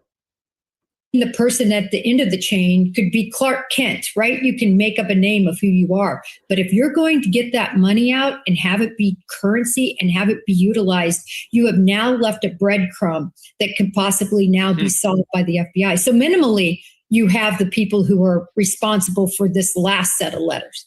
So you would pay the money? I would. Look how much they're spending already, Dan. Right. So how does that work, right? I mean, can the government, who pays that, right? How does it work in a situation? So you're let's say you're in charge of the FBI office and your position is, we ought to pay this. Do you get the Guthrie family to pay it? I mean, who pays? No, the FBI, we have huge case funds. We call them case funds. So every case has a case fund dollar amount assigned to it. Same with informants. We have certain amounts of money, huge amounts of money, to be quite frank, you can spend on TE, top echelon informants. In this case, I would pull it from case funds. I would do an electronic communication and I'd get that approved from my SAC. And that's what I would do if I were in charge of the case. And do you have any sense of whether they're considering doing that? Well, initially they sent a very paltry amount to make sure, or just to see, I guess. They tried to tickle the wire, but I think it was a small amount of money and nothing happened to it. It just sat there. We know that because TMZ has the number and TMZ can publicly monitor what goes in and goes out. So I don't know, but I bet you if they do it, we'll know because I think TMZ will tell us. So, what is your sense of what happens here? I mean, I don't think there are many people who have much hope that Nancy Guthrie is alive at this point. We all can keep hope, so to speak. But I think as a practical people, I think Savannah Guthrie has suggested that she seems to accept it to some degree. it is hard to believe that this case never gets cracked, right? I mean, I think there are a lot of people who are saying, oh, they're never going to solve it. And the number of times I've heard that, and then a case gets solved. You think that they're still going to solve it? I think they'll solve it, Dan. There's a lot of issues. The DNA to me is almost a dead end because now we know it's multiple individuals that contributed to that DNA sample. And my experience, my understanding is that there's no way to separate those out to do IgG. At least at this point. Technological advances can be made in the future. It's something that could, but I think that's down the road. Unless there's other DNA samples we don't know about, which there could be. Right. Secondarily, you have these notes and you have the emails that are sent. Why can't the FBI solve this? Well, all you need to do is buy a burner phone, but I'm not talking about going to Best Buy. I'm talking about buying one at a thrift shop, paying cash at a garage sale. You take that and then you download a email that is actually a foreign account, a foreign email server, like Proton out of Switzerland or a German one. They have highly intact privacy laws. And in addition, you use a email address that's public, such as Starbucks. You sit out in the parking lot and you send these. Now it's just going to go back to some Starbucks as the public email address. And I haven't even talked about the VPN that I'm going to download too. So you can see these huge amount of layers that anyone, and I'm not an IT specialist. I'm just somebody who would know to do these things if I don't want to get caught doing something. And Porch Guy is so much more sophisticated than people initially gave him any credit. Yeah. Well, I was saying that from the beginning, wasn't I, chat? I was like, all these people saying he's a fool, he's an idiot. Look at him picking up that foliage. And I was like, I don't know about that, Jack. Maybe it's calculated incompetence here. And maybe he's not as dumb as you all are thinking he is. But all the former FBI folks, other analysts, they were like, oh, he's so dumb. He's so stupid. Can you believe it? It's like, well, maybe you spoke a little bit too soon there. And I think just as a rule of thumb, when you get kind of cocky and arrogant like that, the universe doesn't like it very much. And I think maybe, I'm not saying that's exactly what's going on here, but I have seen that at play as well. But anyway, let's see what Ashley Banfield's talking about with this Bahamas case. Tomorrow might be a Candace Owens day. Returning back to my roots, Candace Owens. And spoiler alert, I'll have Candace Owens back, I think, in that video. Hey everybody, I'm Ashley Banfield and this is Drop Dead Serious. I've got a lot of updates for you on the story out of the Bahamas. An American woman is missing. Her husband is being detained after telling the Royal Bahamian Police that she just fell overboard. And then I drifted for 9 hours and then called the police. And there's a whole lot more to it in my... B? I think B is right. Because that video we just watched, that might be the last video we watch about Nancy for a little bit. We'll see. Because B, Beautiful Waterfall 222, says, Jared, you've been covering this case for about 3 years now, and nothing has changed. There's only one path. Follow the foliage. The path of the beam, for all of you Stephen King and Dark Tower fans out there. Follow the path of the beam and the foliage to other cases. Episode yesterday, I was pretty specific about the facts that we know so far, but today I've learned a lot more about this case. I've had a long conversation with... Spoiler alert, I know nothing about this case. So I'll be learning about it all with you as we watch this. Lynette Hooker's daughter. Lynette is the woman who's missing. Lynette and her husband, Brian Hooker, the two of them had set sail in their retirement and were living on a boat called Soulmate. It's a 55-foot keel boat, and they were sailing in the Bahamas, and they were specifically in the northern part of the Bahamas. Bahamas is islands and islands and islands, and the Abaco Islands are up in the northern part of the Bahamas. And one particular area is called Elbow Key. And if you look on a map, you can see it's a 6-mile long barrier island, and it's located in the Elbows, knees, and toes, Elbow Cay Island. Where are we here? Is this the Bahamas? Yes, it is. Bermuda, Bahama. Come on, pretty mama. Is this off the coast of North Carolina? Is that where the Bahamas are? Or is that Bermuda? Abaco Islands. And that's where they were. The boat was moored. They had used a tender, one of those little rubberized 8-foot dinghies, to go to shore and go to a restaurant. And as they were coming back in the dinghy, Brian told the police that Lynette just bounced out and she had the key and the engine wouldn't work without her and the current took her away. And that was that. I had so many questions about an engine that needs a key when it's an itty bitty little engine, because we've now confirmed that the pictures you're seeing were the actual little dinghy in question, the tender, the 8-foot tender with that little electric motor on the back that only goes a couple knots, super slow. So bounced out, hard time believing that. Even with waves, you'd go like that. You wouldn't go bang, bang, bang, because it doesn't get a lot of speed. And then the issue with the keys, interestingly, Carly Aylesworth, Lynette's daughter, has cleared up a lot. Okay, so the Bahamas are off the southeast coast of Florida. Bermuda is the one that's more on the same latitude as North Carolina. Lot of information for me regarding that engine and the keys. And it's like a kill switch. It's something you actually plug in. It's got a string off of it, and it gets the engine going. And it would require that Lynette would have probably been at the helm to have grabbed the string, pulled it out, and took it with her as she's going overboard. So a lot of that, again, pretty hard to believe. I'll suspend disbelief in the interest of everybody deserves, you're not guilty till proven. So anyway, Brian Hooker has been detained in the Bahamas. He's not charged yet. As of this recording, and it is 11:40 a.m. on Thursday, April 9th. And so we're watching developments in the Bahamas, but I do have some really interesting information. I have been scratching my head about the story that Brian told the police. He left the restaurant with Lynette at 7:30 at night to head back out to their yacht. From the land, they had to head back out to their yacht using this little, tender, which is what I call it. It's just a rubberized dinghy with a hard bottom. That was at 7:30 at night.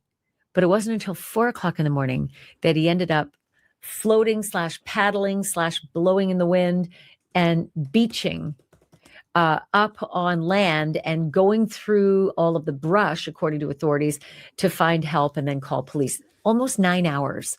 So I kept wondering what was going on for those 9 hours. And interestingly, Carly has told me that she's been able to actually track Brian's movements using the automatic identification system, AIS tracking system. Basically, it's a shipboard system. It uses transponders to sort of plot your course, your speed, your real-time position and data. And she's actually seen this course that he said he took. The data actually shows that he did blow that entire course. So that is super interesting. And it's certainly, that speaks well for his case that he has told the Bahamian police. But there are a lot of other really disturbing things that I've learned. This relationship was not good, according to Carly Aylesworth, Lynette's daughter. She has shared text messages with me, which I'm going to share with you in a moment. These are text messages that her mother texted to a friend about leaving Brian. Carly has told me that the circumstances were so bad that she had tried to leave him twice before, but that financially she felt tied to him. She felt as though her mother and Brian had been drinking a lot lately, and said that, this is what Carly said, that Carly's mom, Lynette, said that when Brian was drinking, it was so bad, it was embarrassing for the people around them to see his behavior. Also, there was talk of divorce. According to Carly, her mother had talked about divorce. And when I specifically asked Carly if she thinks that her stepfather killed her mom, her answer is harrowing. So you're going to see that entire conversation in just a moment. But I want to read for you some of the text messages that Lynette shared with a friend of hers. Some of them are from 2015, and some of them are from 2022. So let me start with the text message most recently from 2022. Lynette says to her friend, "Nothing but fighting since we bought the boat. Then he started turning to insults. So I packed my stuff and left. I'm in Florida." So I need a better summary because I'm still lost on kind of what's going on here. So for a more broad summary, we're going to go to our buddy, Dr. Grande. Hello, this is Dr. Grande. Today I will analyze the case of Lynette and Brian Hooker. First, I'll look at the background of this case, move to the timeline of the incident, then offer my analysis. Lynette Hooker was born in November 1970 and lived in the state of Michigan. In 1997, she had a daughter named Carly. In March 2002, Lynette married a man named Brian Hooker, who was about 3 years older than her. The couple lived in Kentwood, Michigan. Brian Hooker almost looks like Richard Branson. Do you see that? And here he looks like the dude from Tusk. You ever seen that wild movie Tusk? From the hell's his name? From Jay and Silent Bob. Freaky movie, by the way. That movie is nightmare fuel. In February 2015, the police responded to a domestic violence incident reported at their home. Officers observed that Lynette's husband, Brian, was intoxicated and bleeding from his nose. He accused his wife of being intoxicated as well and said that she punched him in the face 4 or 5 times during an altercation. Lynette tried to open a door to an upstairs bedroom because her children had locked themselves in that room. Brian tried to calm her down and she attacked. Lynette had a different story. She claimed that Brian hit her in the forehead, choked her, and punched her once. The police noticed that Lynette had not sustained any visible injuries. Lynette was arrested and charged with assault and battery. She spent 1 night in the county jail. The warrant was denied due to insufficient evidence as to who started the assault, so Lynette was not prosecuted. At some point, Lynette and Brian started living part-time in a 1,200 square foot house on Sand Lake in Onstead, Michigan. The couple started traveling frequently and would often find themselves on a sailboat. In early 2023, after searching for a while, the couple purchased a 1980 Morgan 461, which they named Soulmate. This 46-foot blue water cruising yacht had served for many years as a charter boat. Blue water cruising means sailing long distances offshore, often across oceans. The yacht needed quite a bit of work, which Lynette and Brian completed to make it operational. They documented the repairs and the sailing adventures that followed on social media, including on YouTube, Facebook, Instagram, and a platform called TikTok. Ha! Their YouTube channel was titled The Dr. Grande in his dry humor, acting like he doesn't know what TikTok is. The Sailing Hookers. That sounds like a name for my boat, doesn't it, Rooster? Sailing Hookers, and had almost 1,000 subscribers. Now moving to the timeline of the incident. On Saturday, April 4, 2026, Lynette and Brian Hooker had their yacht anchored near a 5-mile-long barrier island called Elbow Key. This is in the Bahamas, about 200 miles east of Miami, Florida. Sunset that day was at 7:27 p.m. At about 7:30 p.m., Lynette and Brian left the Abaco Inn, which is on the southern half of Elbow Key.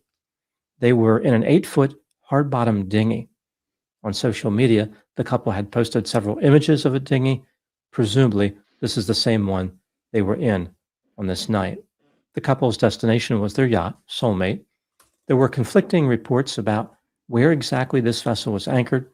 Some reports say Hopetown, 2.5 miles to the north. Others imply the location was closer. Either way, the vessel was anchored at Elbow Key. It was at most a few miles away. The weather conditions that evening were not ideal for sailing in such a small craft. The wind was gusting up to 23 miles per hour. At 4 a.m., now on Sunday, April 5, 2026, Brian Hooker arrived in the dinghy at the Marsh Harbor Boatyards, which is about 5 miles west of the Abaco Inn. So April 5, we're talking about a few days ago here, because it's April 11th now. He told someone there that his wife was missing. That person contacted the police. Here is the story that Brian offered about what happened to his wife, Lynette. While they were in the 8-foot dinghy, Lynette bounced out of the boat due to the strong current. She tried to swim back to the dinghy, but the wind was too strong. The distance between the dinghy and Lynette grew rapidly. Right before Brian lost sight of Lynette, she was swimming toward the shore. Brian indicated that Lynette was not wearing a personal flotation device. When Lynette went overboard, she was wearing the engine safety lanyard. This piece of equipment is attached to a kill switch on the dinghy's engine. If a person who is wearing the lanyard moves too far away from the engine, which would include going overboard, the kill switch activates and the engine shuts down. This is a safety feature. Brian had no way to restart the engine. He tried to row to the shore, where Lynette was swimming toward, but the winds made this difficult. Instead, Brian drifted and paddled the dinghy with one oar until ending up at the Marsh Harbor Boatyards. In response to the report of Lynette falling overboard, the Hopetown Volunteer Fire Rescue Team was activated at 5:12 a.m. They searched extensively for 6 hours without success.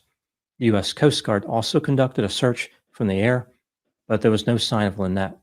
At this point, the authorities considered the effort to find Lynette a recovery mission. On Wednesday, April 8, 2026, the police in the Bahamas detained Brian Hooker as a suspect in connection with his wife's disappearance. The U.S. Coast Guard has launched a criminal investigation. Brian has not been charged with any crime.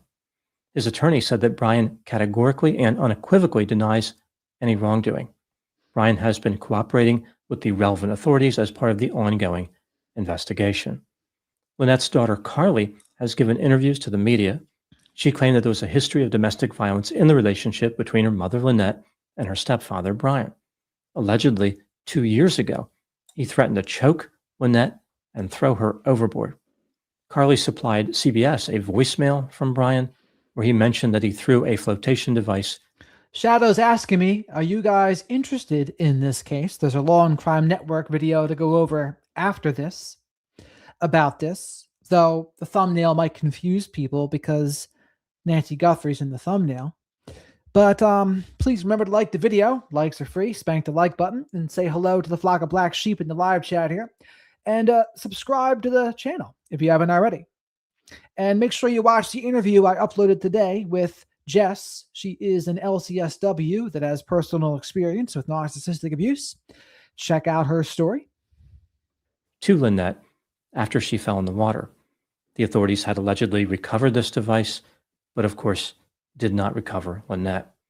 At the time I am making this video, the investigation by the police in the Bahamas and the U.S. Coast Guard continues. Now moving to my analysis.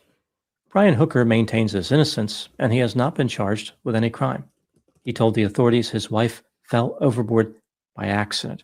Brian not only denied being involved in her disappearance, he denied the accusations made by Carly. Some people are not convinced about Brian's innocence. They believe he could have been involved in Lynette's disappearance. This brings me to the question, do I believe that Brian is guilty of any type of crime in this case?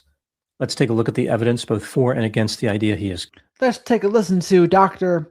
and in this case, Judge Grande's verdict based on the current evidence. Guilty, starting with the inculpatory factors. Lynette and Brian had an alleged history of domestic violence. Lynette had been arrested for allegedly striking Brian, although she was never prosecuted. Carly made accusations against Brian, claiming that he had once threatened to throw Lynette overboard. The circumstances surrounding Lynette's disappearance are extremely suspicious. Why did the couple take a dinghy out in bad weather at sunset? They could have waited or made some other type of arrangement to get back to their yacht. They were experienced sailors. Why not select a safer alternative? Even if they wanted to take their chances in the dinghy, why would Lynette fail to wear a personal flotation device? Presumably, Lynette and Brian sailed the dinghy on the west side of Elbow Key, considering how Brian ended up 5 miles west in Marsh Harbor the next day. It is also reasonable to And notice in all those pictures, she has a flotation device on, right? She has a life vest in all the pictures we've seen so far. believe that they were sailing close to the island, maybe just a few hundred feet away. There was certainly no reason for them to be sailing miles from shore based on their destination. According to Brian, Lynette fell overboard, which disabled the engine because she was wearing the engine safety lanyard. An acquaintance of Brian indicated that Brian is the one who normally operated the dinghy. Why did Lynette have the lanyard? Brian said that Lynette drifted away from the dinghy due to the strong current. Why would the current have separated Lynette and the dinghy? In theory, the current would have affected both Lynette and the dinghy in a similar way. Now, Brian did mention that the wind made it difficult to row toward the shore. It does make sense that the wind would have affected the dinghy more than Lynette, because the dinghy had more surface area above the water. Even so, why would Brian just give up? He threw a personal flotation device to Lynette. It stands to reason that he had another one in the dinghy for himself.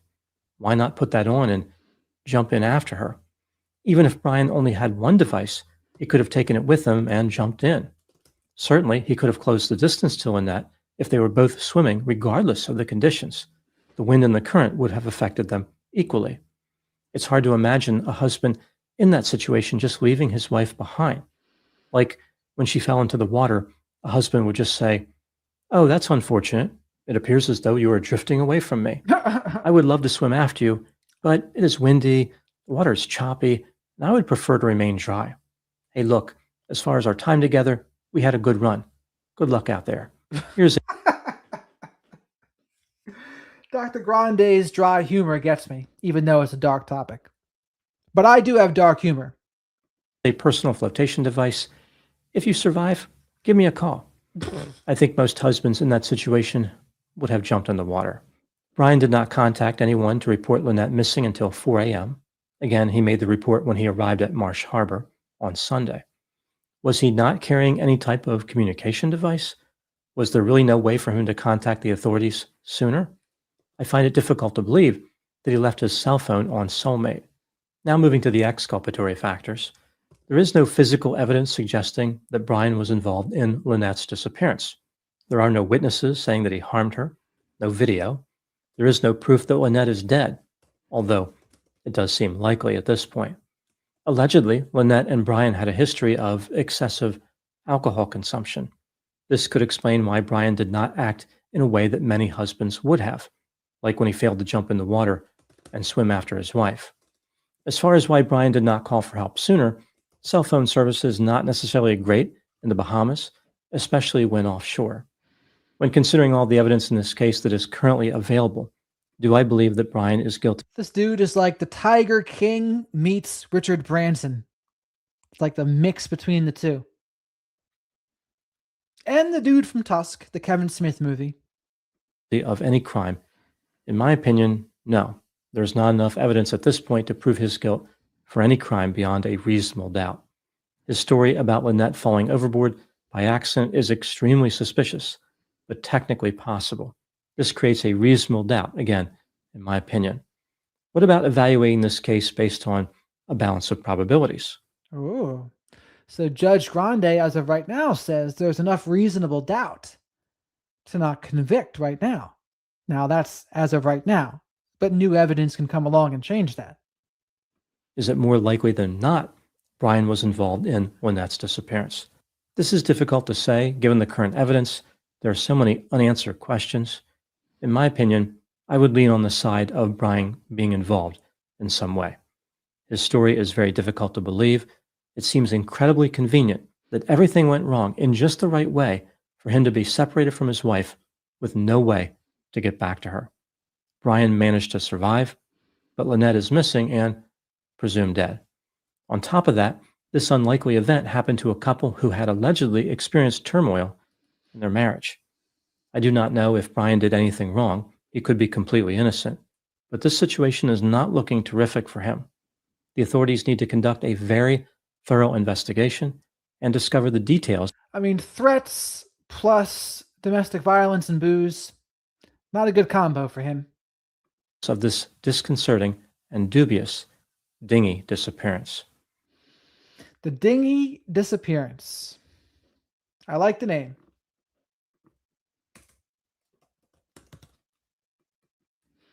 And of course, that's our friend, Dr. Grande.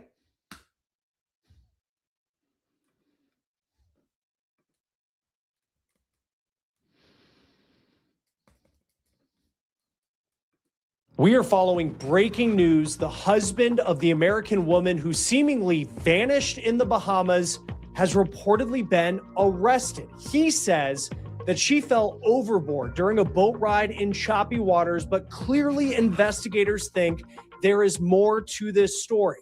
This is a breaking news edition of On the Case presented by Law and Crime. I'm Chris Stewart.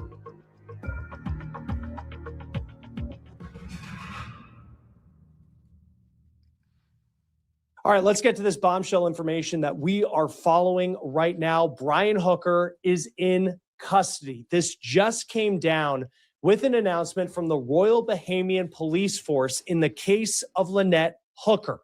So this is what authorities are saying. Quote, police wish to inform the public that as the investigation continues, a 59-year-old male of U.S. nationality has been taken into custody shortly after 7 p.m. on Wednesday, the 8th of April in Marsh Harbor.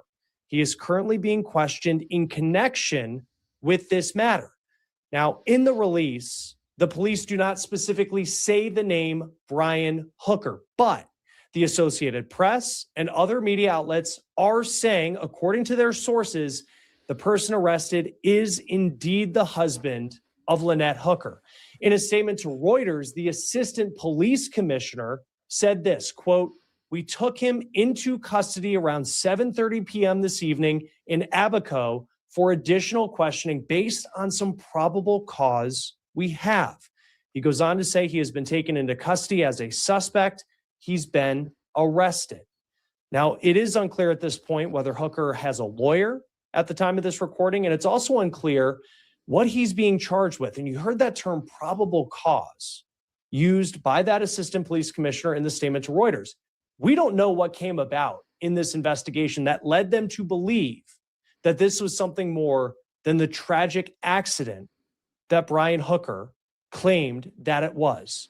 We also have learned that the U.S. Coast Guard is getting involved. They told the AP that they have opened a criminal investigation. Now, again, we don't specifically know what led to the latest developments in this case, but clearly there is something going on. Authorities have been looking for Lynette Hooker ever since Saturday night. Brian Hooker claimed that the two of them were riding on an 8-foot dinghy, one of those inflatable boats, might have an engine on the back and a hard bottom. And they were on this dinghy, and frankly, it was a tight fit for two people when Lynette fell overboard. And she had the keys to the engine. And those keys, according to Brian, went with her into the water, and no one has seen her since. Brian reportedly claimed that he had to paddle to land, and it took him hours to get there, and he didn't get to a marina until Sunday morning when he told someone what had happened, and then they called the police, and the search began, according to media reports. Local authorities have said that it was a windy night, and frankly, less than ideal conditions to be out on such a small inflatable vessel because winds were between 18 and 20 knots, which is roughly 20 to 25 miles per hour. Now, authorities have not found Lynette Hooker's body. It has been multiple days at this point since she, according to her husband, fell into the water. One rescue official told NBC News that they do believe at this point, and that part of the story, is we're talking about a recovery mission. Now, the AP is also reporting that U.S. authorities have interviewed Lynette's daughter, Carly Aylesworth, and she has become a key part of this story. She has told media outlets that the hookers who often shared their travels at sea on social media allegedly had a history of domestic violence. And specifically, she has claimed that Brian allegedly had anger issues and had made allegedly serious threats against her mom, Lynette Hooker, in the past, including in one case, she said in an interview on Fox News, 2 years ago, he allegedly claimed, she says, to have threatened Lynette Hooker, saying that he was going to choke her out and throw her overboard. This couple had been reportedly traveling at sea and living this life for roughly a decade. Now, we'll have more on the specific claims that Lynette's daughter has been making in just a moment. And I do want to point out that they are just allegations at this point. Here's more of our coverage about the search for answers into what happened to Lynette Hooker. This was recorded before this big breaking news story. This is a video that the Hookers posted to their YouTube channel just 4 weeks ago from the Bahamas. You can see they're paddleboarding down a waterway. The social media channels for this couple, and they're very active on social media producing content, is called the Sailing Hookers. And the couple would post videos of them going to some of Over under, how many times did they say the word hooker in this video? There's 21 minutes to go. I will set the over under at 7 more times. So place your bets. Over under over under 7. How many times will they say the word hooker? amazing places in the Caribbean. Their TikTok account says, "We sailed away from BS, a married couple living their best life." And it really appeared, looking at these videos, that that is what they were doing. This is their last TikTok post from 5 days ago of them enjoying the Bahamas. Now, this couple bought a boat in Texas 3 years ago, according to social media. Big sailboat, nice enough cabin where you can spend the night and do these long trips. And it seems like the Hookers are incredibly experienced on the water. This is part of the video where they announced that they had bought this boat, showing Brian climbing up the mast with a safety harness and Lynette spotting him. If you're going to sail a boat like this and you're going to do what they did, sailing these long haul trips, and they reportedly did this for 10 years, you really have to be experienced. You have to be a team, and you have to look out for each other. And it appears that's who the Hookers were. Now, knowing just how much this couple seemed to care about safety, it does make what allegedly happened on Saturday night a little bit surprising. This is a picture that was part of the last TikTok video that the Hookers posted from the Bahamas, and it's the two of them riding on what appears to be a dinghy, a small boat. It's inflatable, has a hard bottom, an engine on the back, and it can really, as you see there, only fit the two of them. According to police, they were on an 8-foot dinghy Saturday night when Lynette fell overboard, according to Brian, and vanished. So it is possible this is the exact boat that they were on. Police say that Brian told them that he and Lynette were making their way on this dinghy from Hopetown in the Bahamas to Elbow Key. Local authorities have said that the couple went out around 7:30 at night. It was dark and the conditions were not ideal. Wind gusts were reportedly between 18 and 22 knots. And if you're not a boater, we're talking between 20 and 25 miles per hour. Now, Brian claims that Lynette fell off the dinghy and she had the keys, and the keys went with her. And as you look at this picture of the boat, again, you can see there's not a lot of space on it. And you can see if there was a big gust that it definitely would be possible for someone to lose balance and fall off. And it appears also that Lynette, she's sitting on the side of the dinghy in this picture. So that story, when you hear it, you might think that definitely makes sense, that it's possible that that is what happened. But Lynette's daughter is now pushing back on that potential scenario. And she's doing it in a big way that we're going to get into in just a moment. Lynette was not reported missing for hours because it took Brian hours until Sunday morning to make it to this marina in Marsh Harbor, Bahamas. Now, it's not clear exactly where Brian claims Lynette fell into the water, but when you look at this map, you can see that Marsh Harbor is on the other side of the bay from where the Hookers said they were going. Now, once ashore, investigators say that Brian told someone what had happened, and that person called authorities, and the search has been going on air, sea, land ever since in trying to find Lynette. Now, in their own words, this couple said they were living their best life. Their boat is called Soulmate, and they had been living this life at sea for a decade. It seems like everything was perfect, and I know that's cliche to say in a lot of true crime stories, but this is where things are allegedly getting a bit concerning because Lynette's daughter is going public and saying everything was not perfect for this couple. Lynette's daughter is named Carly Aylesworth. She lives in Michigan. Brian is her stepfather. She told NBC News it is unlikely, in her opinion, that her mom, who's an experienced sailor and a fit person, would, quote, just fall off the boat. On top of that, Aylesworth made a shocking claim in an interview with Fox News where she claims the Hookers had a history of domestic violence. She went on to say, and this is in a Fox News interview, that Brian Hooker in the past allegedly threatened to choke Lynette out and throw her overboard. Quote, "The fact that this is happening makes me believe there is more to the story," she said in that interview. And she wasn't done. She claims that this incident where Brian allegedly threatened Lynette, said he was going to choke her out and throw her overboard, she says that happened 2 years ago. I will tell you, in a background search, I was unable to find any arrests or charges in connection to Brian and Lynette Hooker. And again, these are just allegations being made by Lynette's daughter publicly. Aylesworth, the daughter, then says that Brian called her on Sunday after her mom vanished to share this news. And she says that Brian sounded monotone and relaxed when he called her. Now, when asked if she suspects foul play in this case, Aylesworth told Fox News, quote, "A little bit at the moment." Aylesworth said, So this is a stepdaughter that claims they were in an abusive relationship. So which one is it? Were they in an abusive relationship? Or does this woman not like the stepdad? Maybe a combination of both? I will say it certainly sounds fishy. And right now we're at 6. My over-under was 7. I might have undershot it. Says that she's known Brian pretty much her entire life, that he married her mom when she was about 4 years old and, quote, "replaced my dad pretty quick."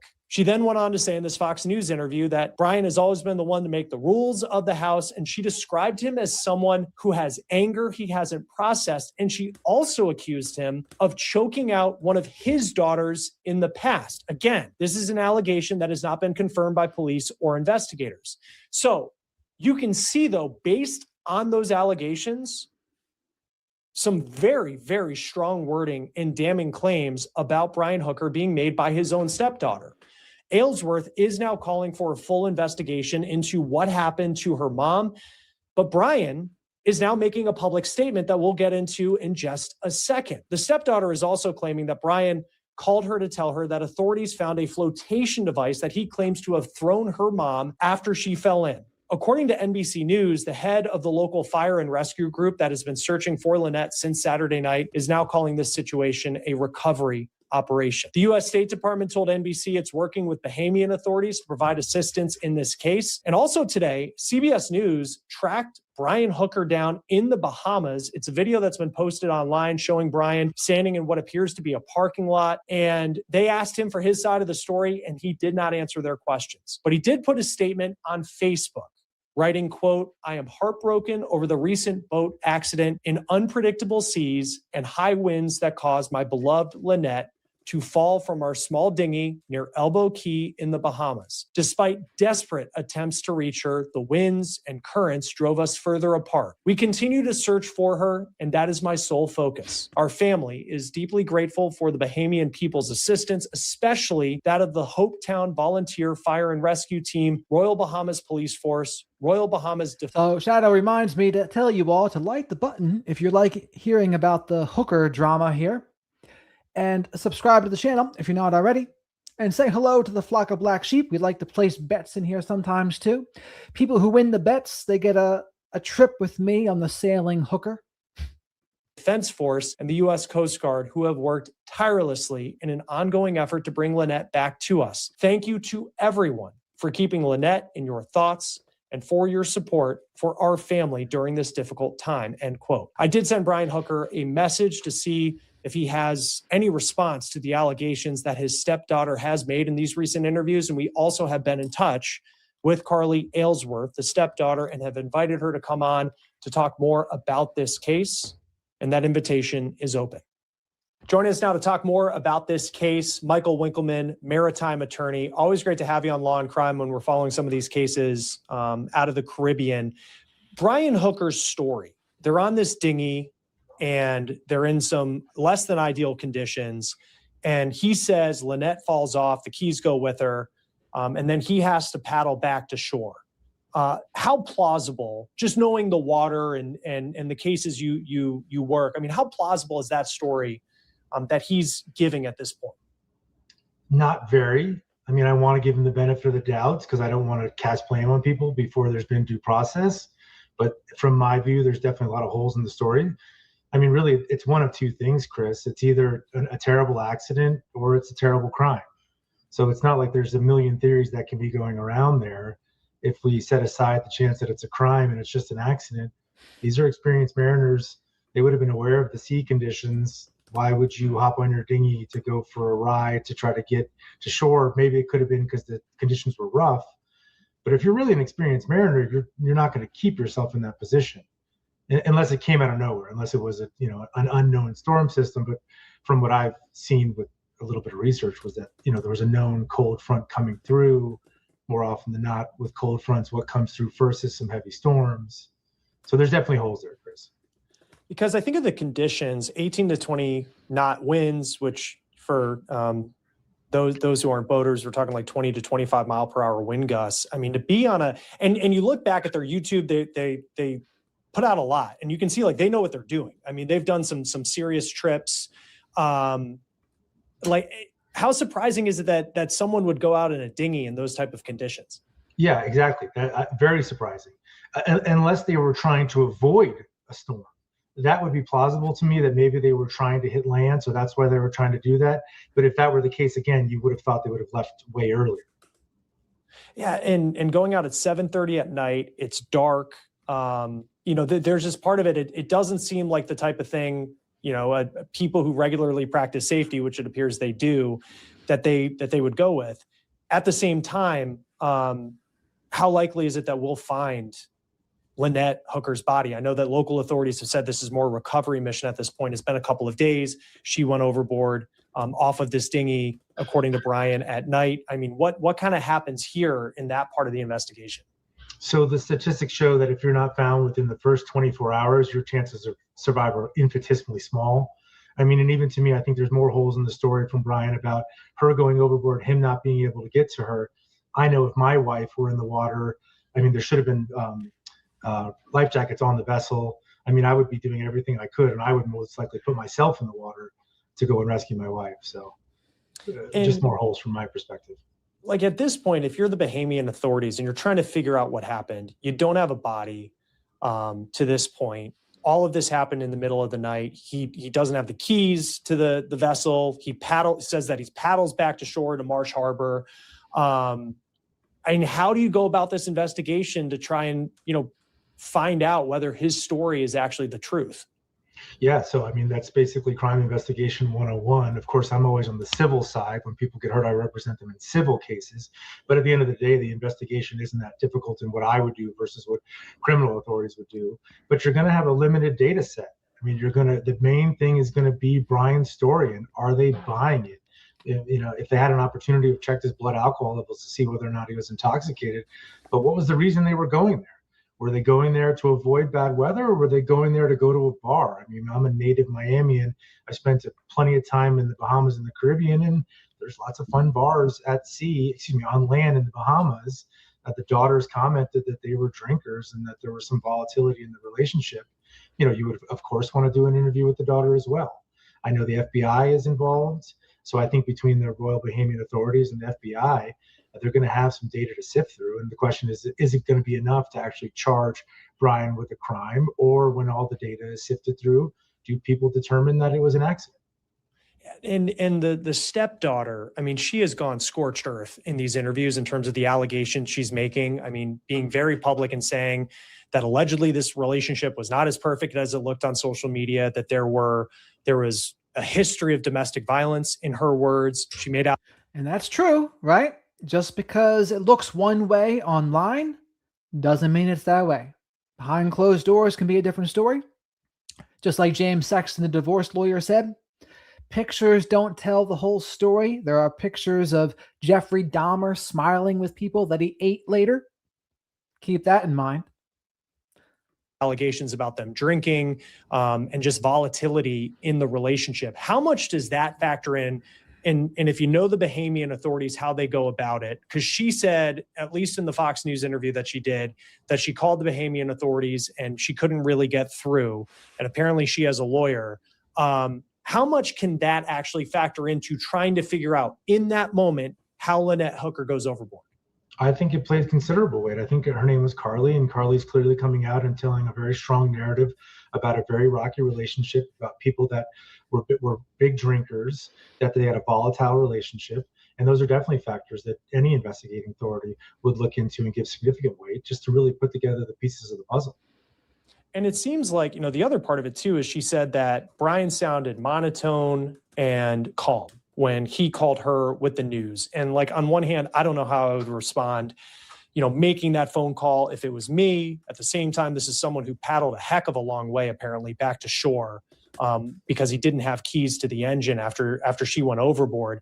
And he releases this statement on Facebook. And Facebook's a real casual way to release a statement as opposed to going through like a law firm. But it read to me like a lawyer wrote this. I don't know what his background is, but he thanked every single, department that's a part of this, saying, my family appreciates it. It just came off to me as professionally written, not saying that that's a bad thing, but what stood out to you in the statement that he made? I completely agree, Chris. Having read the statement, it was very short. It was very terse. It didn't really have a lot of emotion behind it. If you wanted to give him the benefit of the doubt, he's in a state of shock and maybe someone wrote it on his behalf, but it did feel very generic, sort of what ChatGPT would tell you to write in that kind of a situation. And the fact that he was cold and monotone when telling the story, again, benefit of the doubt says, yeah, he's in a state of shock. But in my experience, and I deal with grieving families all the time, people who've been through terrible, terrible traumas. That's not the response that I generally see. The response that I generally see is tremendous grief, tremendous overwhelm, tremendous sadness, tremendous tears. And that not being there, does that raise red flags? Certainly. But again, to be clear, I do think Brian should be entitled to due process. I think we should get to the bottom of it. Of course, you and I are just giving our opinions. But yes, I do think there's a lot of red flags that show something problematic here. You just think of, I just think of what it must have been like if his story is true. You think of this woman you called the love of your life going overboard, and you're trying to get to her and you can't because the current is pushing you away, and then you have to paddle ashore. It sounds terrifying and incredibly sad if that's what happened. Certainly it's sad either way. If you were his attorney, what type of advice does an attorney give him at this point? He's in a foreign country. It's not just a case where your wife went overboard anymore because you have a stepdaughter who is making some very serious allegations that's turned the heat up on you as this investigation's ongoing. Like, what's typically the advice that you would give someone in his situation? Well, that's a tricky question for me, Chris, because I'm on the civil side. So I'm usually prosecuting the case, pushing forward the case. So with criminal defense attorneys, their analysis is very different. They don't want them to get charged. Brian may have admitted to him that he did it, but then he can't necessarily divulge that. Having said that, let's assume it really was an accident and I was he was my client. I would want to put him on television to tell the story about what happened, because in today's world, narrative shifts so quickly. So if you're trying to not necessarily control the narrative, but if you're trying to get the truth out, get the truth out. Sit down with you, talk to Chris and say, hey, look, this is what happened. This is why it happened. Yeah, I was in a state of shock at first, and this is the love of my life. I wish I had gone in after her, but put it out there. So to me, when you doing that versus putting out these cold and sort of terse statements, again, more red flags. It certainly is. And we did reach out to him, and I figured you did. He's welcome to come on, and we would love to hear his side of the story, even though we know it's an incredibly tough time with what he's alleging took place. Is he likely at this point, like with how the Bahamian authorities in some of these cases, and I know you're on the civil side, like, is he free to go? He hasn't been charged, but in terms of, the Bahamians, as the search is ongoing, if he wanted to head back to the United States, would he be free to do that? So what I've seen in real time is that there have been no charges that have been filed. I know the Bahamian authorities would often say something like, look, we don't want you to leave the island. Practically speaking, legally speaking, could he leave the island? Yes. If they wanted to, could they prevent him from getting on a plane or a boat? Sure. But given the fact that he has not been charged, I do think he's free to leave the country. And you wonder, if he does have a lawyer, someone advising him, like if he was to leave at this point, what type of message would that send, even if he is, completely innocent and this was a terrible, terrible accident? How are the Bahamians when it comes to these types of searches and some of these cases? that play out. It's obviously a huge tourist destination, a lot of boaters, not just people like the Hookers, but I used to live in South Florida. It'd be very easy to just run a boat over, to like the west end of the Bahamas. How are the Bahamians when it comes to cases like this? I think they're great. I mean, in my experience, and I've dealt with them dozens and dozens of times, they're very passionate people. They want to get to the bottom of situations. They're often working in concert with the FBI, and they're very good at their job, particularly the Royal Bahamas Maritime Agency. I mean, they're terrific at investigating accidents. Sometimes people think maybe they're in bed with the cruise lines. Obviously, this is not a cruise ship case, but because the cruise industry puts so much time and effort and money into the region, but I can't say that to be the truth. So in my view, I think they're terrific. I think they're going to get to the bottom of it. There's a limited data set that's available to them, but let's see what they're able to come up with. And when it comes to the U.S. State Department, the FBI, I know they put out, the State Department put out a statement saying that they're cooperating with authorities. Clearly, this is a Bahamian case, and to your point, they're really good at this, and they have a lot of experience in a lot of these cases. But like, what does that assistance actually look like when the State Department or the FBI says that they're helping out? Well, so, I mean, yes, it happened in the Bahamas, so it's a Bahamas case, but it happened to a U.S. citizen. Therefore, FBI has jurisdiction and can have as much or as little involvement as they want. Obviously, the FBI has a heck of a lot on their plate. So with Lynette going missing, that's not necessarily the top thing on their radar. So I think in the FBI's view, if there's adequate resources that are put to it, then they're going to really rely on that. Often in situations of missing persons, Coast Guard gets involved immediately. They'll set up a grid area. They'll conduct an entire search and investigation, or as here they call a recovery mission. I don't know the extent of the Coast Guard's efforts, but they are unbelievably good at locating bodies. So I hope to a certain extent they've been involved in the rescue operations. Yeah, and Tim, that's a good point. If you're a prosecutor, this is not a good case for you.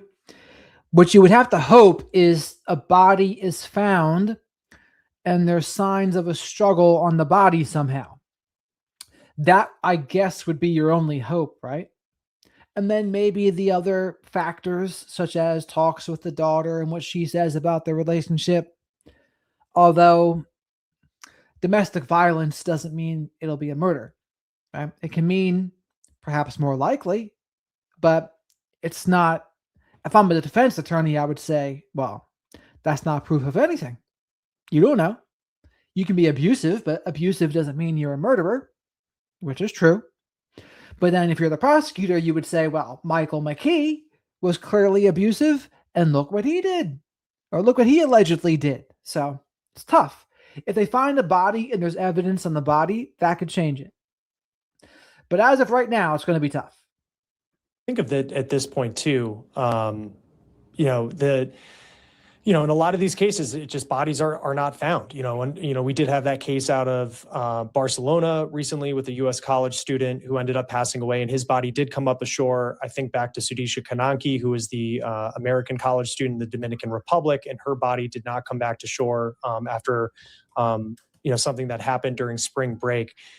In these cases, what makes it so difficult when you look at the waterway and the area around where Brian is alleging all of this took place, just why is it so challenging for a recovery to actually happen?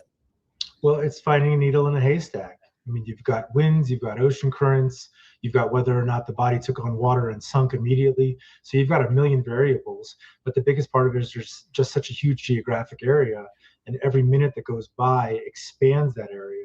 So as great as the Coast Guard is, they are fighting an unbelievably uphill battle to try to find that needle in a haystack.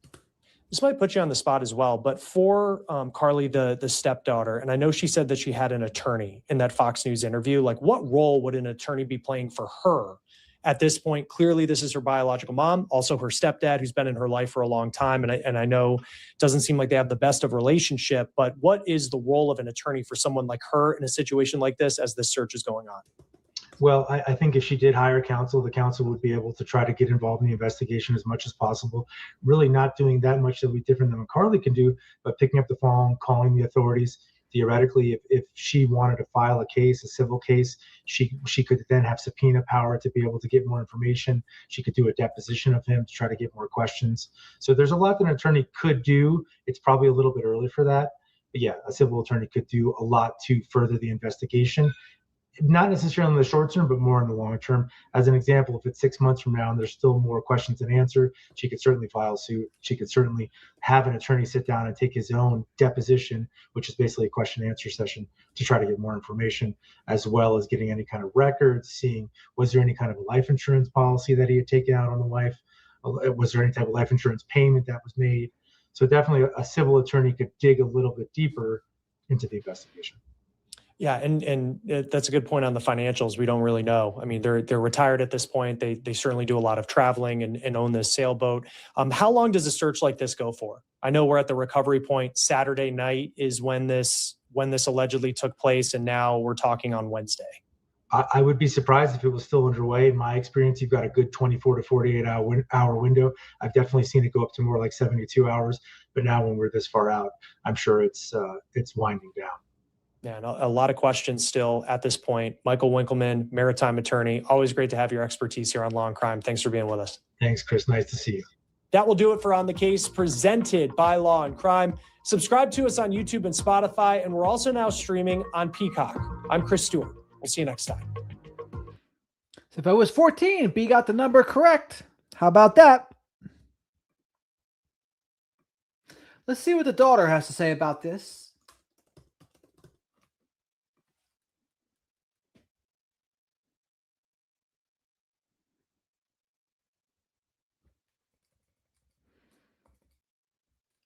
With the daughter, here it is. I'm in Florida visiting parents. I'm okay with it. I feel nothing. It's something I probably should have done 15 years ago, but now I need to find a job. I gave up everything I worked for. There's nothing to fight over. It's scary and exciting at the same time. I'm lucky to have awesome parents who support me, but I'll never marry again. Those, again, are messages from Lynette to her friend in 2022. And in one text to the same friend in 2015, Lynette says, I was warned he came with too much baggage. You should know that, as Carly describes it, her mom and Brian were retired and they were living on their 55-foot keelboat called Soulmate. And amen to that, Rooster. Shadow says, make sure you like the video as well. Likes are free. Spank that like button. Subscribe to the channel if you're not already. And say hello to the flock of black sheep here in the live chat. And super chats, super stickers, becoming a channel member. They're all great ways to support the channel too. My PayPal and my Venmo are also in the description in case you want to bypass YouTube's system. Sailing around. So this was supposed to be, living the dream in retirement. And that, if her mom wanted to leave, there was really nowhere to go because this was their home other than going to her parents or coming back to mainland USA and being with family. So it's just sort of telling the circumstance that Lynette Hooker was in at the time that she disappeared. Carly seems to think there may have been life insurance, something that her mom may have been able to get from her prior job. She's not sure about that, but you'll hear how she describes it in our interview. I do want to share with you a GoFundMe that Carly has started. She wants to travel to the Bahamas to try to figure out what is going on with the Royal Bahamian Police with this investigation. Will they charge him? She wants to see where this happened. Obviously, if this was your mom, you would want to go right away to lay eyes on this and make sure that what should be happening is happening. And so she and her family have launched Help Find and Honor My Missing Mom. Again, Help Find and Honor My Missing Mom. It's Carly Aylesworth's GoFundMe. And I think you'll notice in that GoFundMe, this is very sad, that she's acknowledging that it's likely her mom is not alive because she's saying that the money that's raised will not only help her to travel there, but may also be used to help lay her mom to rest. It's very, very sad. Anyway, Help Find and Honor My Missing Mom is the GoFundMe. I also want to let you know that even though no formal charges have been announced against Brian Hooker, the lawyer who purports to be representing him has put out a statement.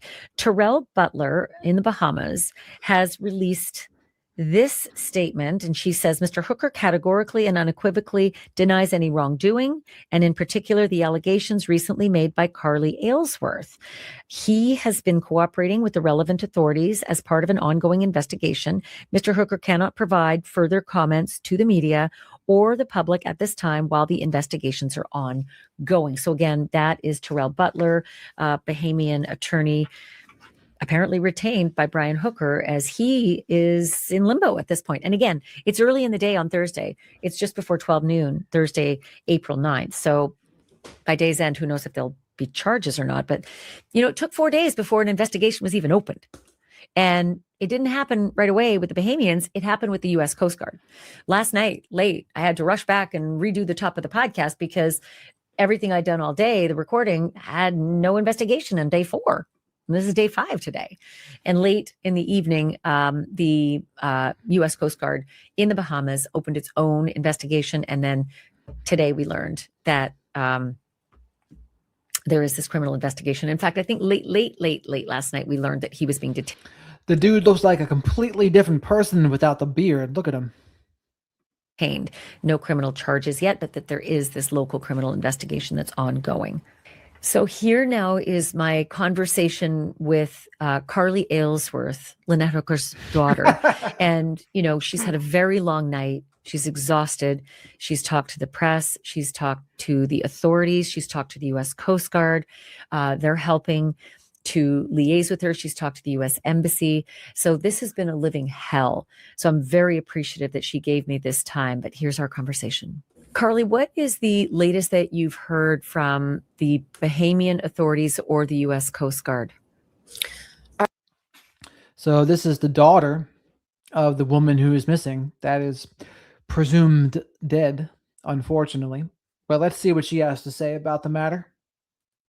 I heard from my lawyer that it turned into a criminal investigation last night. And last I knew, he got a lawyer in the Bahamas to represent him. Has Brian made any overtures to you other than that initial voicemail and email that he sent? He sent me some texts and he has called a couple times, but otherwise, no. And when he called, were you able to answer the phone? Did you have a conversation with him? No, I did not. I just let it go to voicemail. I mean, she doesn't look very old. I mean, what, 18 to 25, would you say? And what effectively did he say in those texts and voicemails? Just that he wants to be there for Rosie and I, his other daughter, and that he's doing what he can to look for her. Were you able to ask him any questions back, meaning what happened, lay it out for me, sort of get him on the record saying what he says happened to your mom? When he called me Sunday night, I was still in shock when he was talking to me, so I didn't really say much. I just... If her name is Carly, she's 28. Said, okay. It's just trying to process that. He tried to say that he was going to come up and visit and he would like to see us, but I didn't respond to that. And then he quickly got off the phone. And this is like 24 hours after your mom had disappeared, right? That he made this first contact with you? Yeah. Were you surprised on Sunday night when you got this information? Did he say anything about why he waited so long to tell you? He did not tell me why, no. But I was very surprised that this happened, yes. What's your relationship with Brian Hooker? He's been in my life for about 25 years now, since I was about 4 years old. He has always been there. He acted like another parent to me. I just know that him and my mom had some rocky issues, but they never dragged me into it. So, yeah.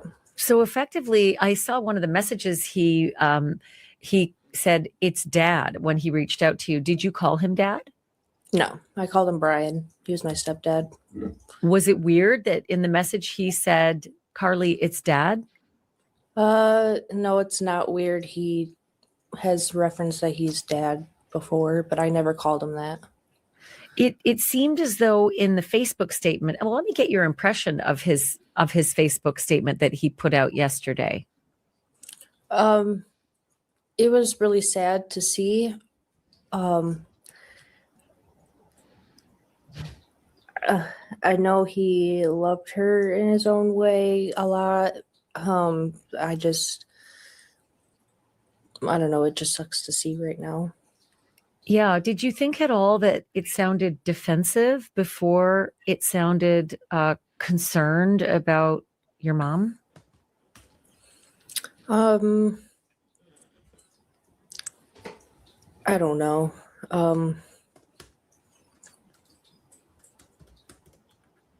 I don't know.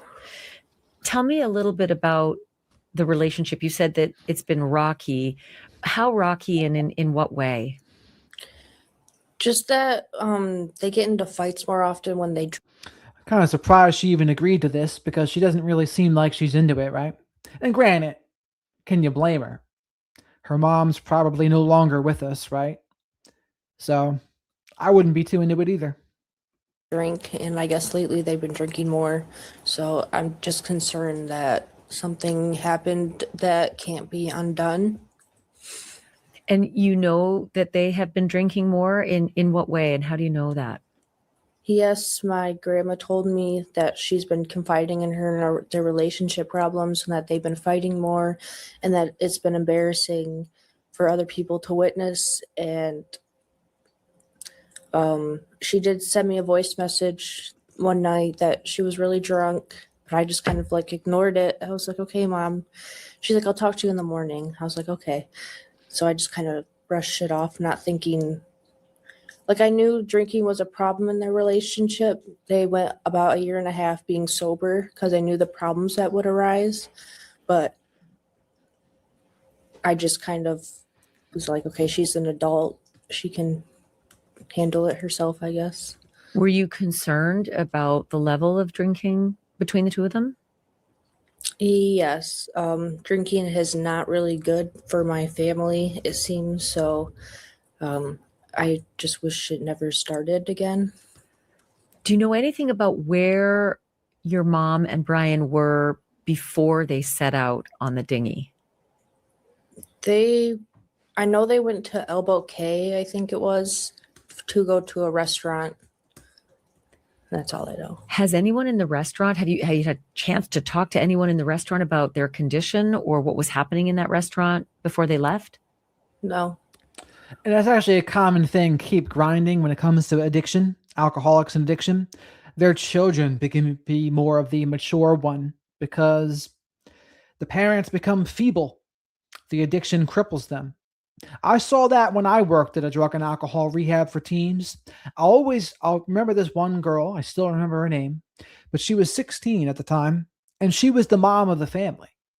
And yeah, she was in this place, but she was kind of more in charge than her own mother. So I always remember that. But is it normal for them to go ashore, go to a restaurant, and then go back out to the boat? Yeah. And the dinghy, I've seen in their social media, Brian driving around in a small dinghy. And I wondered if that's the dinghy that Brian is referring to. Yes. It's that small dinghy in the pictures.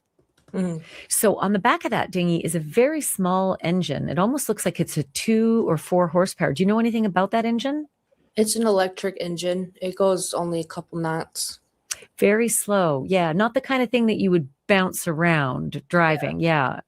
And did he at some point say that your mom had bounced out of the dinghy? Yes, he did say that. Did he describe that any other way? Like, is there any more description to what he said? Nope.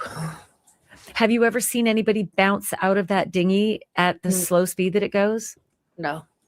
Yeah, even with big waves, even if you were to go over someone's waves, it would almost feel like you'd go over them like a cork, not bounce over them with any kind of momentum, right? You're right. And let's talk a little bit about the keys. Everybody talks about the keys. Is it one of those kill switches that you put around your wrist with a coil that goes into the engine? No. What? It's on a little string. It goes on like almost like a jet ski would, but It just clicks in with a little string dangling from it. And what happens? So you put that that sort of system into the electric engine and it starts it? Yep. How would it go overboard? I mean, if you're driving, and would somebody have it around their wrist or be holding onto it, or what? Like, I'm trying to envision how that key could have gone overboard. I've never seen anyone wrap it around their wrist. So I'm not really sure how she got it. She would have to really. I don't understand how someone could grab onto it when they're in the middle of falling. It seems odd. Was there a coily kind of string on it, or was it just simply a device with, some kind of a keychain on it? Just a device with like a little rope on it. A little rope. Mm-hmm. And did Brian say that your mom was driving? Every time I drove with them, she never drives the dinghy. It's always Brian. Did he claim that she was driving that night? I don't believe so, no. Is it possible that there would have ever been a circumstance where maybe Brian had had too much to drink and Lynette took over the helm? Maybe, but I highly doubt it. Did she know how to drive the dinghy? Could she have driven by herself if she wanted to? Yes, she could. Now, the interesting thing about this interview is, if you're the prosecution in this case, do you want this interview out there? Do you think this interview is going to help or hurt your case if you're trying to prosecute the stepdad here? What do you think, chat? This is the kind of critical thinking we need, right? If you're the prosecution, what do you think about this? Is this going to help her case? Is it going to help the prosecution or hurt them?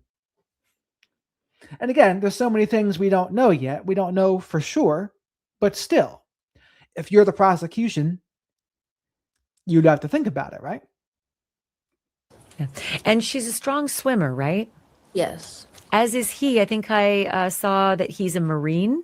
Yes.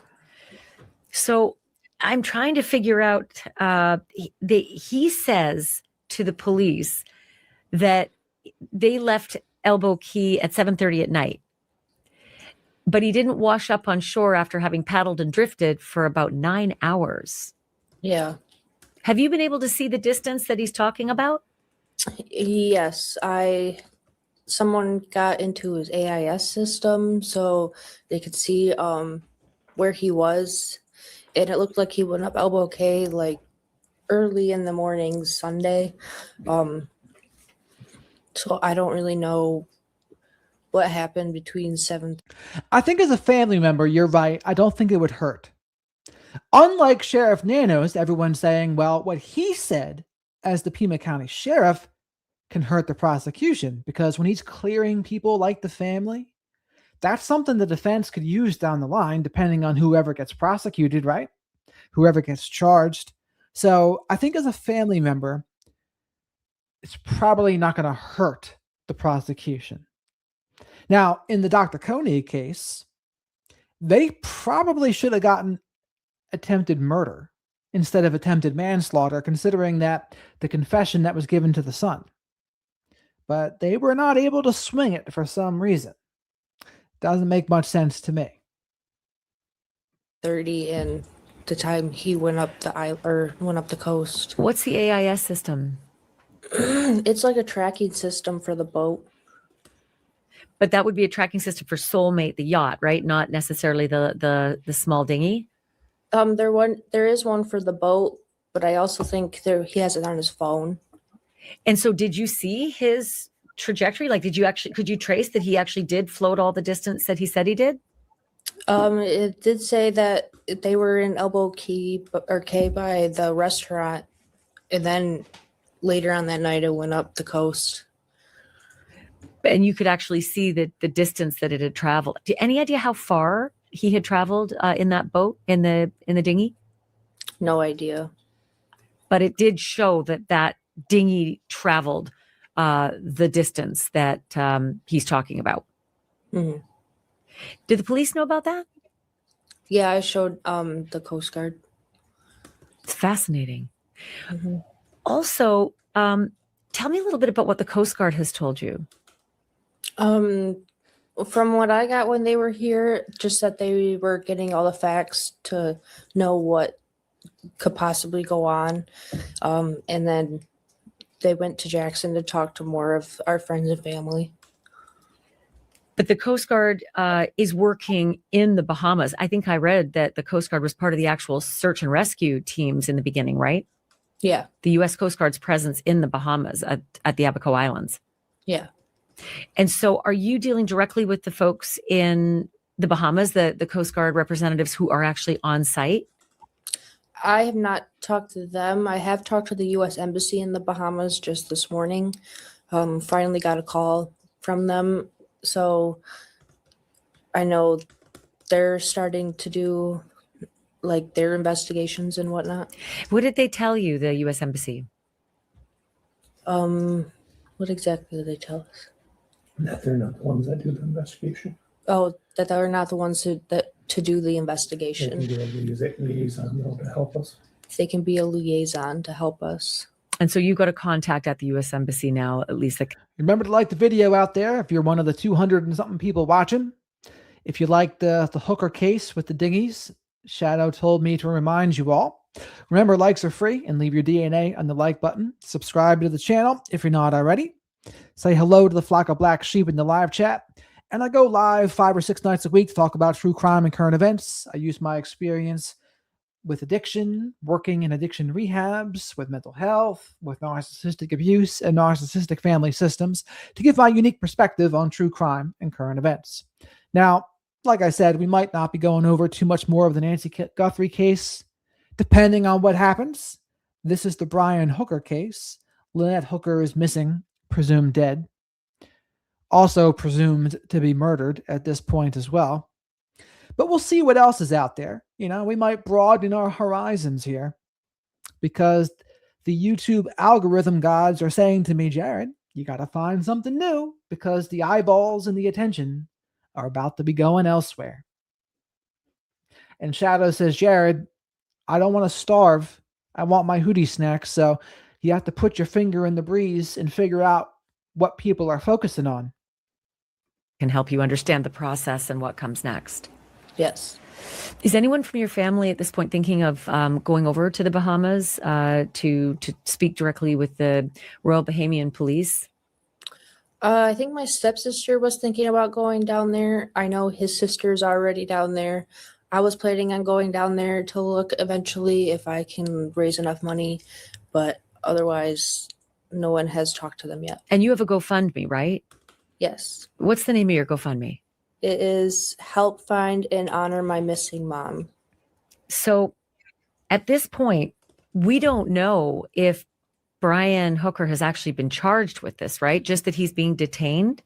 Right. Has anybody told you anything about the criminal investigation at this point and what they have found and what they haven't found?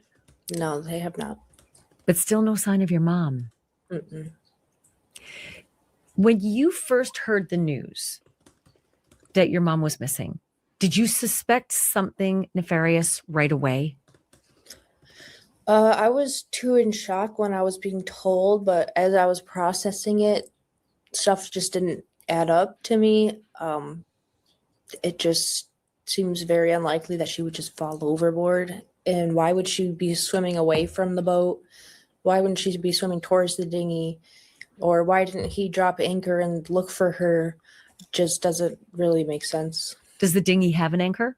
Yes. And do you have any idea, did anyone tell you about the actual currents in the place that they were between the yacht and land?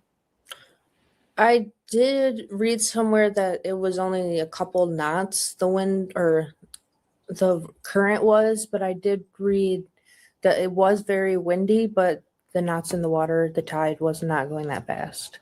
So it didn't sound plausible. I mean, usually where you anchor, it's safe harbor. It's a place where you're not going to be yanking on your anchor all night. So the distance, any idea how far from land the yacht was when they anchored and then took the dinghy into land? Like how long was that journey that they had to make?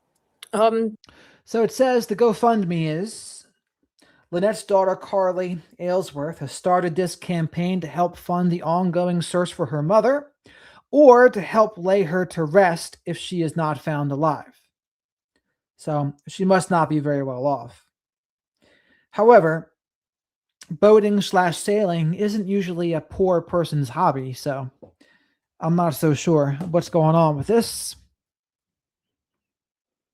And I'm not sure why she would need to be paying for the search at this point for a private investigator. I mean, wouldn't the Royal Bahama Police or whatever be searching, right? Isn't that their job to do so?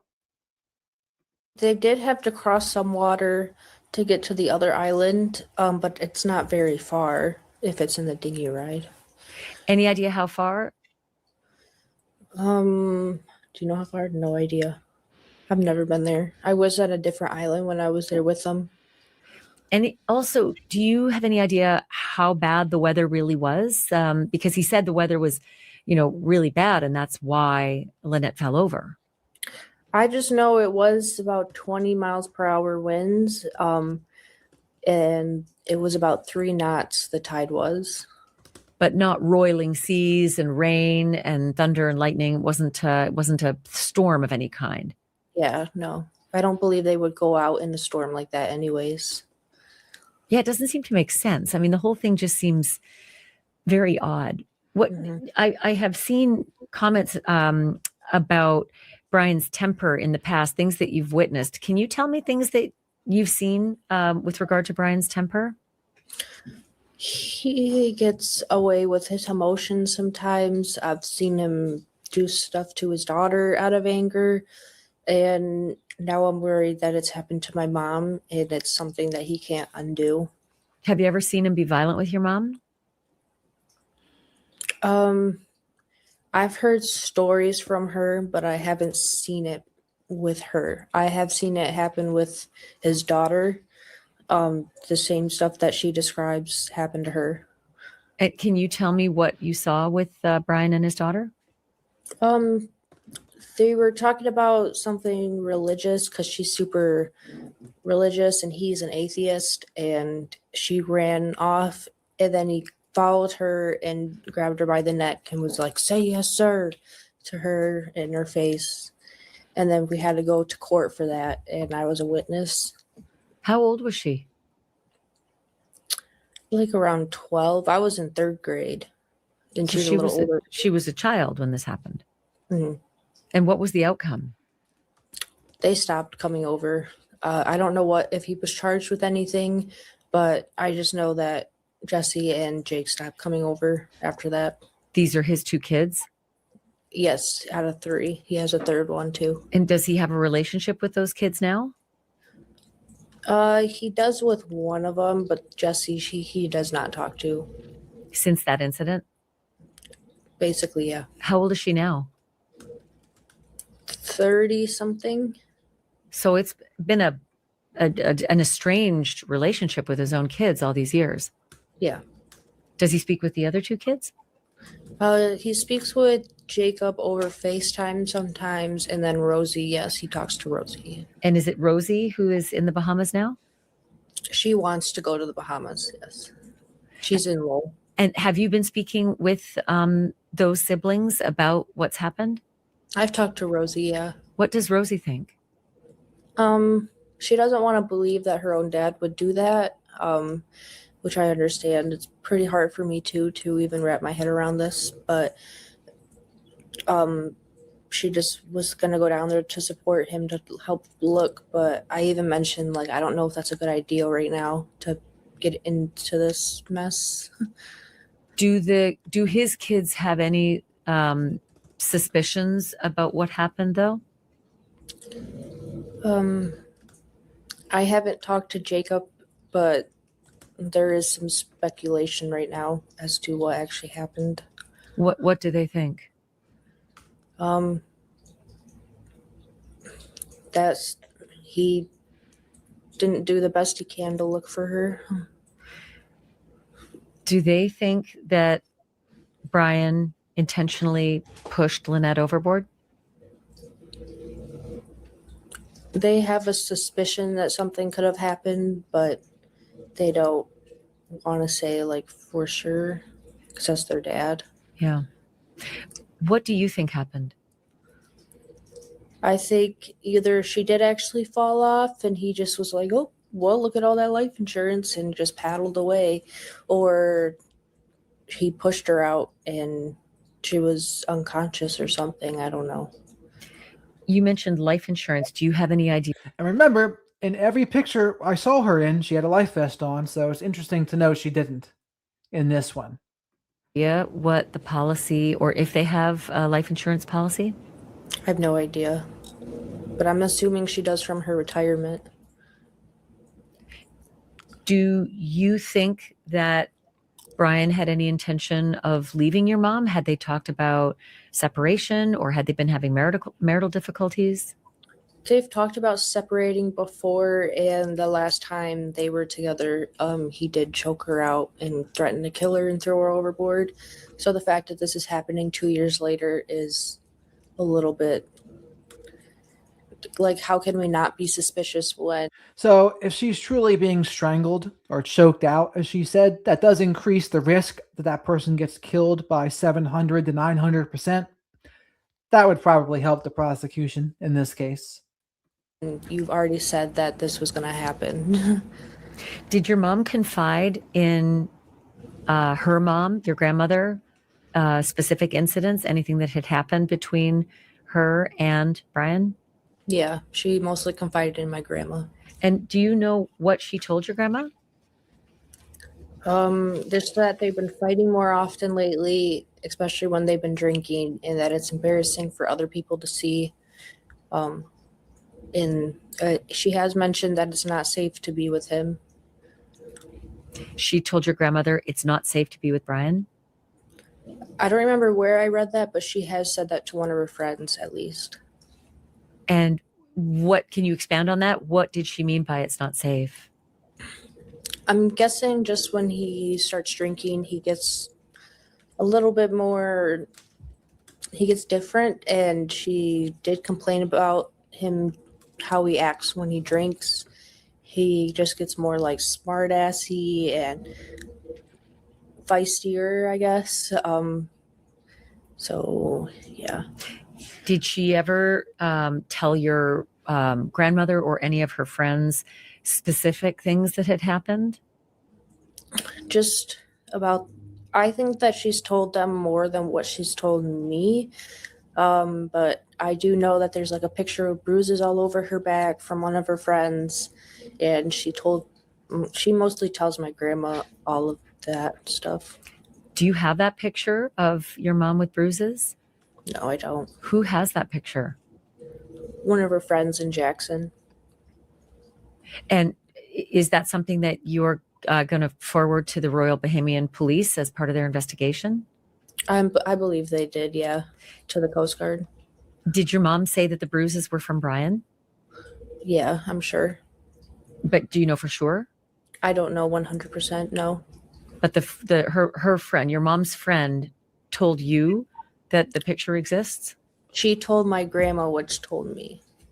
Right. Has anyone in your family ever suggested to your mom that she leave Brian?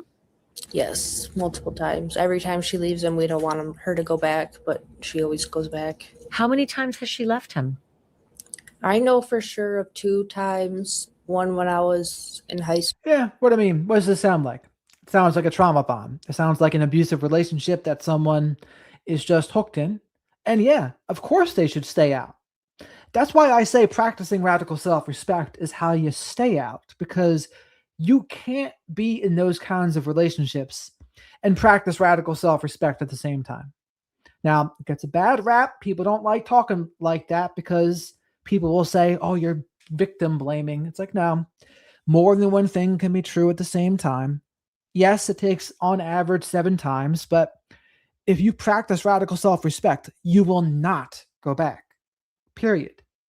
That's my way to help people stay out. Practicing radical self-respect is like a guardrail that protects you from those situations. That's the goal of it. The reason I came up with it was from my own life, because I asked myself after an abusive situation, what could I have done differently? And some people would say, oh, nothing. If you were ever victimized, you did nothing wrong ever. But it's like, I don't necessarily agree with that. I think there were things I could have done differently. And for me, it was practicing radical self respect. So it's a side of things that don't get mentioned as much, but I think it's important. And I think it can save people's lives. I mean, like, does it help? Does it help for people to say, like, oh, yes, it's okay just to go back? No. I mean, in some cases, it can kill you. Now, for someone like Monique Tepe, she got out and was killed anyway. So, yeah, just because you leave doesn't mean you're necessarily safe either. But I think you leave, you're probably safer, even though leaving is a dangerous time. And even years later is a dangerous time, as Michael McKee proved with Monique and Spencer Tepe. School and 2 years ago, but I'm sure there's been more times. What are the circumstances of her leaving him? Like, what precipitated it? Do you know? Just when he choked her out, that's what made her leave last time. So the final time was when he allegedly choked out your mom. What about the time before that? That was in high school. She didn't tell me why. She just was in my room crying when she told me. And what did she say? Just that they're gonna get a divorce. She had talked about divorce beforehand? Mm-hmm. Did she say what his reaction was? No, I just know that he was crying downstairs because I heard him crying. Brian was crying in the house after your mom told him she was leaving? Mm-hmm. Was he angry? Not that I know of. Were there any other times other than these 2 times that you know of that your mom may have tried to leave Brian? No, not for certain. And they were retired, right? Mm-hmm. And so did they have plenty of money? Were there any financial struggles or issues between your mom and Brian? Did Brian have any debts? Was there anything that you can think of that would give some motive? Not that I know of. I do think she has life insurance out from being retired from AT&T. I know he doesn't have any retirement from AT&T, so I don't know how good he's sitting. But I do know that last time they broke up, my mom told me that she's better when they're together financially, but when they're apart, she's gonna have to work if they broke up, and she was gonna try to work at the post office. She'd actually. So it sounds like finances were a reason why this woman stayed too. And clearly, that's not a good reason to stay. If you have the financial means to get out, just because it's a little more difficult, that's not a good enough reason to go back. Like, okay, it could be a little easier financially, but what good is it if it's a little easier financially if you're dead? You talked about having to get a job at the post office to live separately from him? Mm-hmm. When was that?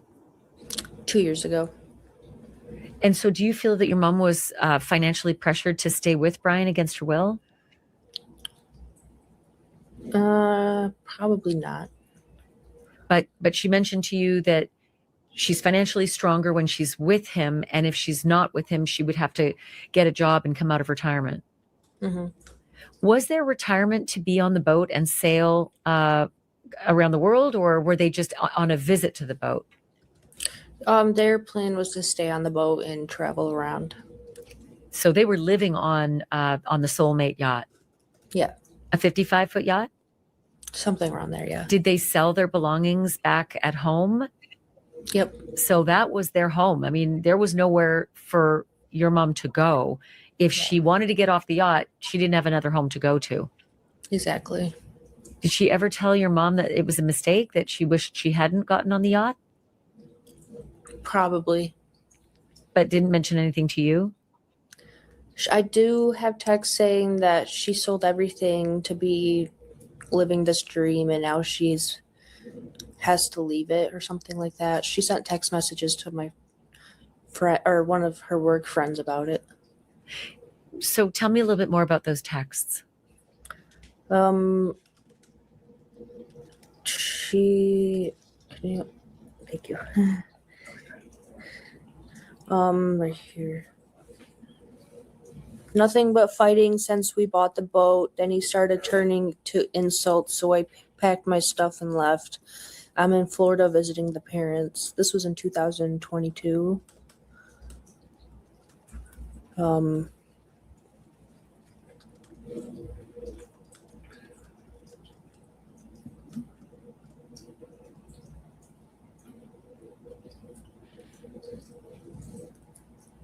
Yeah, that's basically. Are there any other texts like that?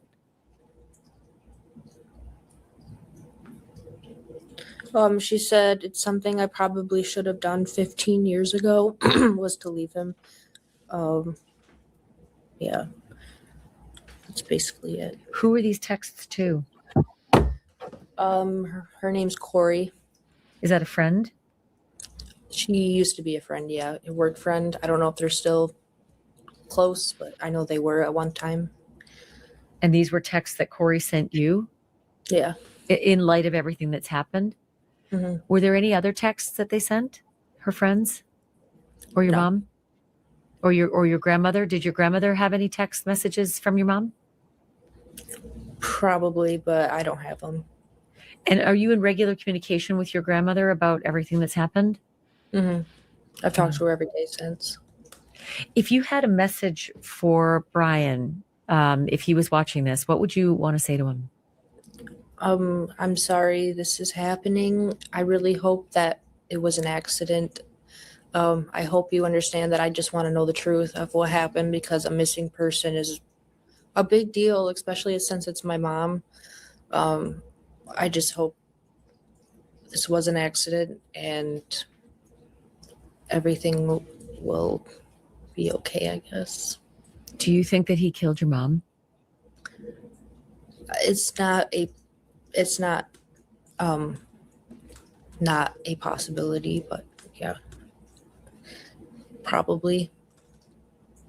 Intentionally? I don't know if it was intentional or his anger got the best of him, but I feel like there is a possibility that something could have happened. I just want to ask Lindsay, who's on the other end right now, if there's anything that I've missed, if there's anything I should ask you that I haven't asked you.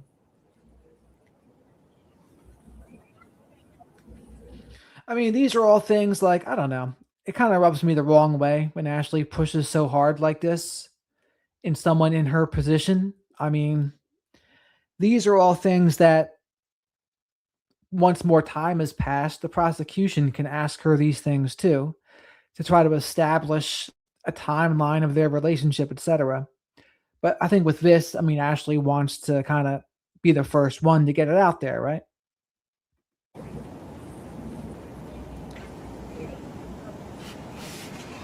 Yeah, did they have a group of friends that were in the Bahamas, or were they just by themselves? Were there anybody around that they spent time with? Not that I know of. I do know they have some boat friends, but I don't know where they're located. So not necessarily in the Bahamas. Yeah. Right. And Carly, is there anything that I haven't asked you, or something that I don't know, or that nobody knows at this point, but that you'd like to say? Not right now, no. And anything in the history between your mom and Brian that I haven't asked you about, you haven't mentioned yet, something that comes to mind that is important to this whole situation?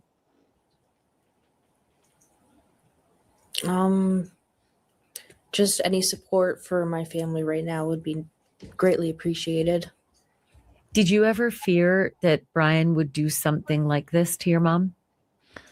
Is it just, I don't know. It seems like Ashley's just not given like the empathy in the situation here. Like, yes, absolutely. We all support you and we understand you're going through an extremely tough time right now. It just seems like she's missing that part.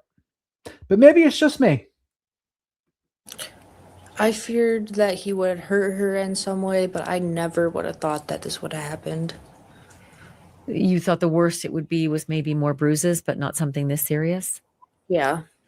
And given the history and the text messages, the pictures, the concerns that your mom even had about staying with him, do you now think in retrospect it's possible something did happen, that maybe he did do something terribly, terribly bad to your mom?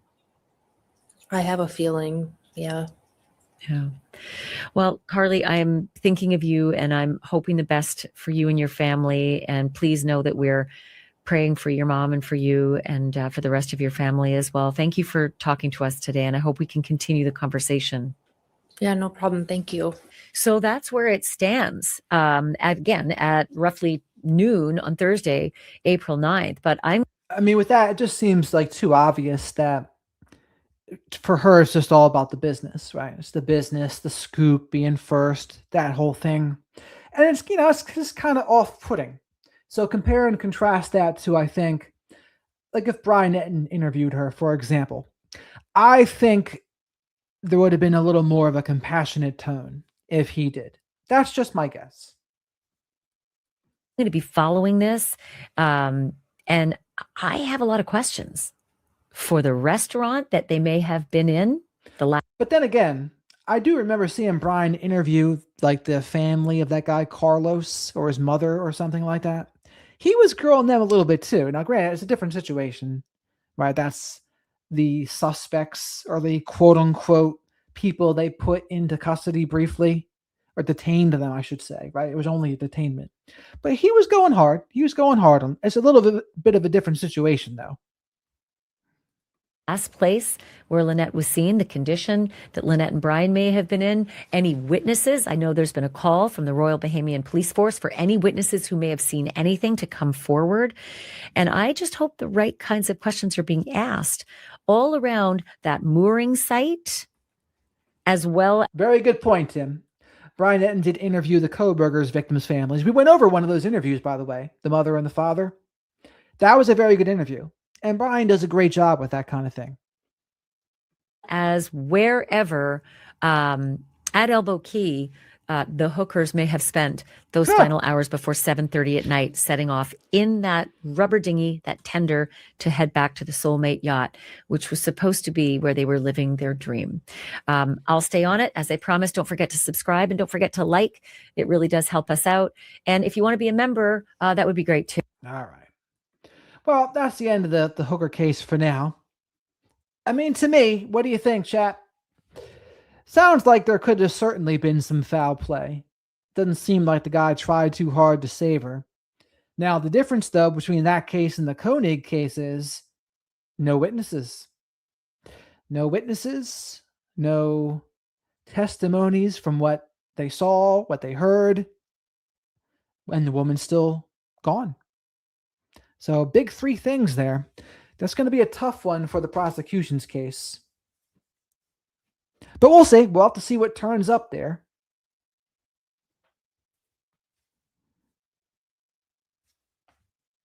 Hooker's hanging out on Tinder. Did she really say that?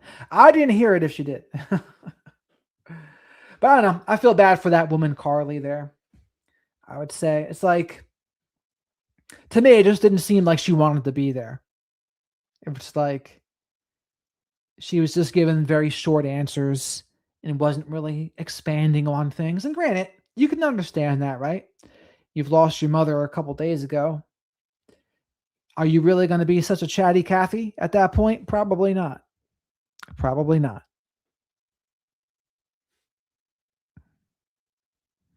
So I can understand it, but I think that was about just getting the scoop. But all right, folks. That's really all I have for today here. We're going to be looking around for the next cases here to see what Shadow and I think is best to focus on. We might change it up tomorrow night. We'll see. We'll see what the next 20 hours or so, 21 hours has in store for us.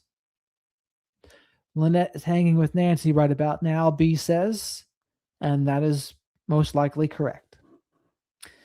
It's a shame, but the big thing to think about would be knowing that Nancy didn't think that was going to be her last day. Lynette didn't think that was going to be her last day, but it turns out it was. So what would you do differently? Because none of us have tomorrow promised, regardless of how old we are. it always gets me thinking when I see car accidents out there, drunk driving accidents or ODs, or especially the random ones, like a random car accident. That could be any of us. Someone hits us, we're done. We weren't thinking it. We weren't expecting it. We weren't doing anything wrong. Just boom, you're done. So you always got to live with that in mind. I need to do better at that myself, by the way. Where the last few months here, I've been so obsessed with doing the channel and working. It's like you forget to live life a little bit. Now, part of that just comes down to, I mean, that's part of the job of doing YouTube, right? But balance is still key. And like having fun, enjoying yourself a little bit as well.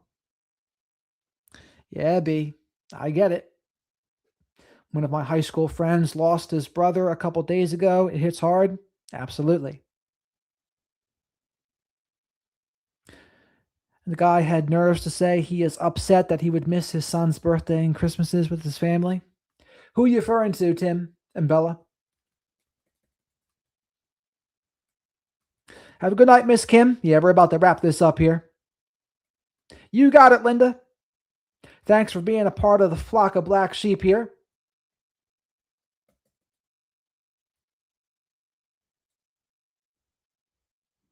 Billy, why are you going off on Muslims all of a sudden? Where's that coming from?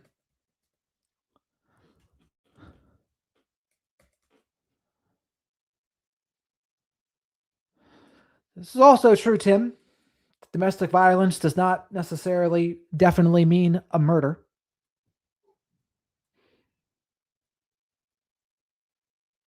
Oh, the FedEx case. That guy looks so much different in that picture in the FedEx driver's seat versus how he looks in court. I don't know what the difference is, but he certainly looks different. You have a good night, Kev. Yeah, it was crazy, Teresa. How did that dude get the 7-year-old girl? How did that happen? Where were her parents? Like, how did it even work? It's crazy.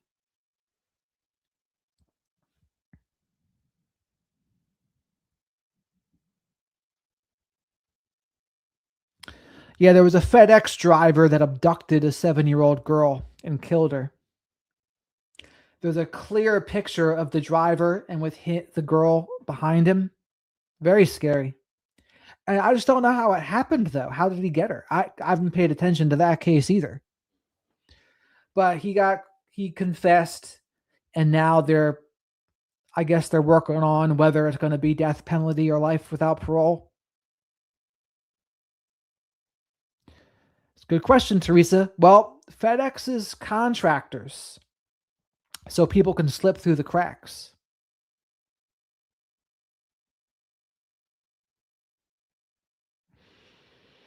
Keep your loved ones close. Like I said, I don't know. Maybe someone can tell me really quick how he even got her. How did he get her? Where were her parents?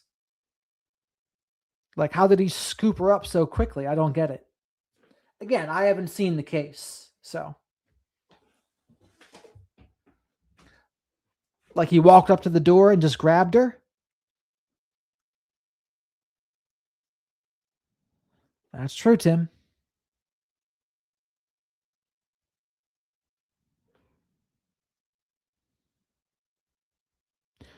Okay, Wendy, that makes sense.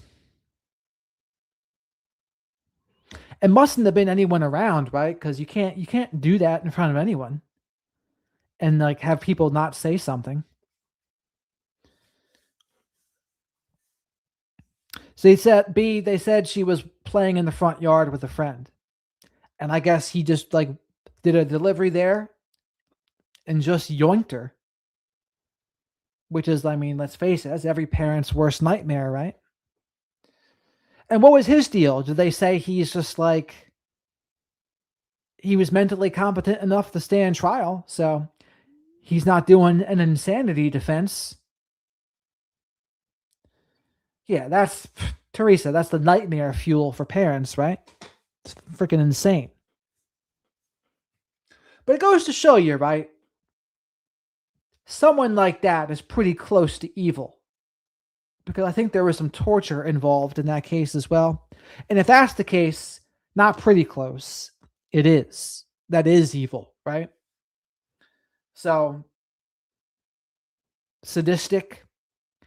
So his defense lawyer probably tried to say schizophrenia or something, but you got to get rid of those people. There's no place for them in society, so get rid of them. That's what you got to do.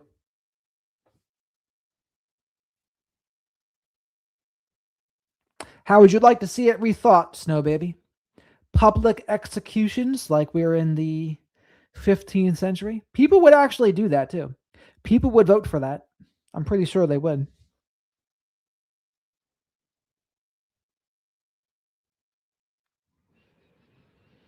Yes, the old that's the old saying, right, B? But it really happened for you. We were all told as kids, right? Don't come over to anyone that offers you candy.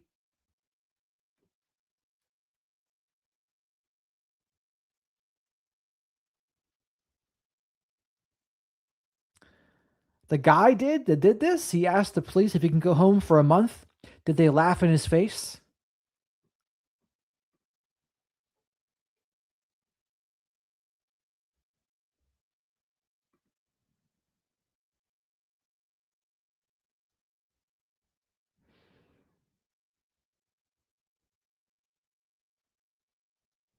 Yeah, I saw Kev. They brought that back. They brought it back. You know, some public executions might be a good deterrent, although they probably would never allow them. But that's what used to happen in Europe. They had some wild executions back in the day. There's some history channels on YouTube that go over it. They would dunk people in boiling pots of water like a few times until they died. They got this one guy that tried to stab the French king. They first put his arm and like his hand in disintegrated it in acid, and then they did all these wild things.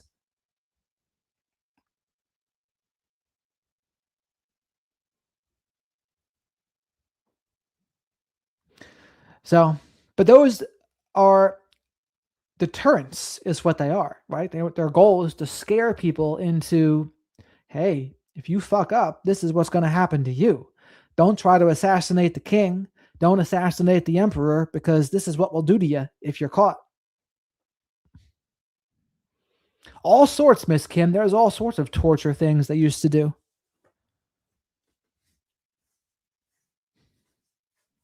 Yeah, Snow Baby. That was the goal, right? That's what happened to you back then. They'll put you in the rack or burn you at the stake, or they got pretty creative with their torture. Yes, and excess is true. If you snitch, the cartels do the same things. All right, Mr. Rooster. Suicide Kings and American Mary. Rooster movie picks for Friday night, which will maybe be better off Saturday night. So we got it. Alan Black, welcome. Never seen a kill switch on a trolling motor, huh? Interesting. I like the insider knowledge here. It's good. Only insiders know certain things. That's where, as a live chat, we have an advantage. The people that just record their videos, they don't have the insight from the people. They have the insight from their one expert, but that's it. Absolutely, Christy. I've heard the same thing, Bella. I've heard the same. But all right, everybody. It's about time to rock and roll here. Remember to like the video on your way out. Make sure you're subscribed to the channel. Hit that notification bell. And we're going to have something interesting tomorrow. So Wendy, have a great night. Tim D, have a great night. Miss Kim, thanks for modding. Rooster, we will watch Suicide Kings. Hot Tea. Oh, there she is. Hot Tea. Hi and bye, Hot Tea. Christy, Danielle, Alan, Dana, Bella. Good vibes for you, Bella, too, with your treatments. Lindsay, thanks again for Shadow the Night Owl, Lindsay. Kev, you have a good one. So till next time, till tomorrow, you all have a great night.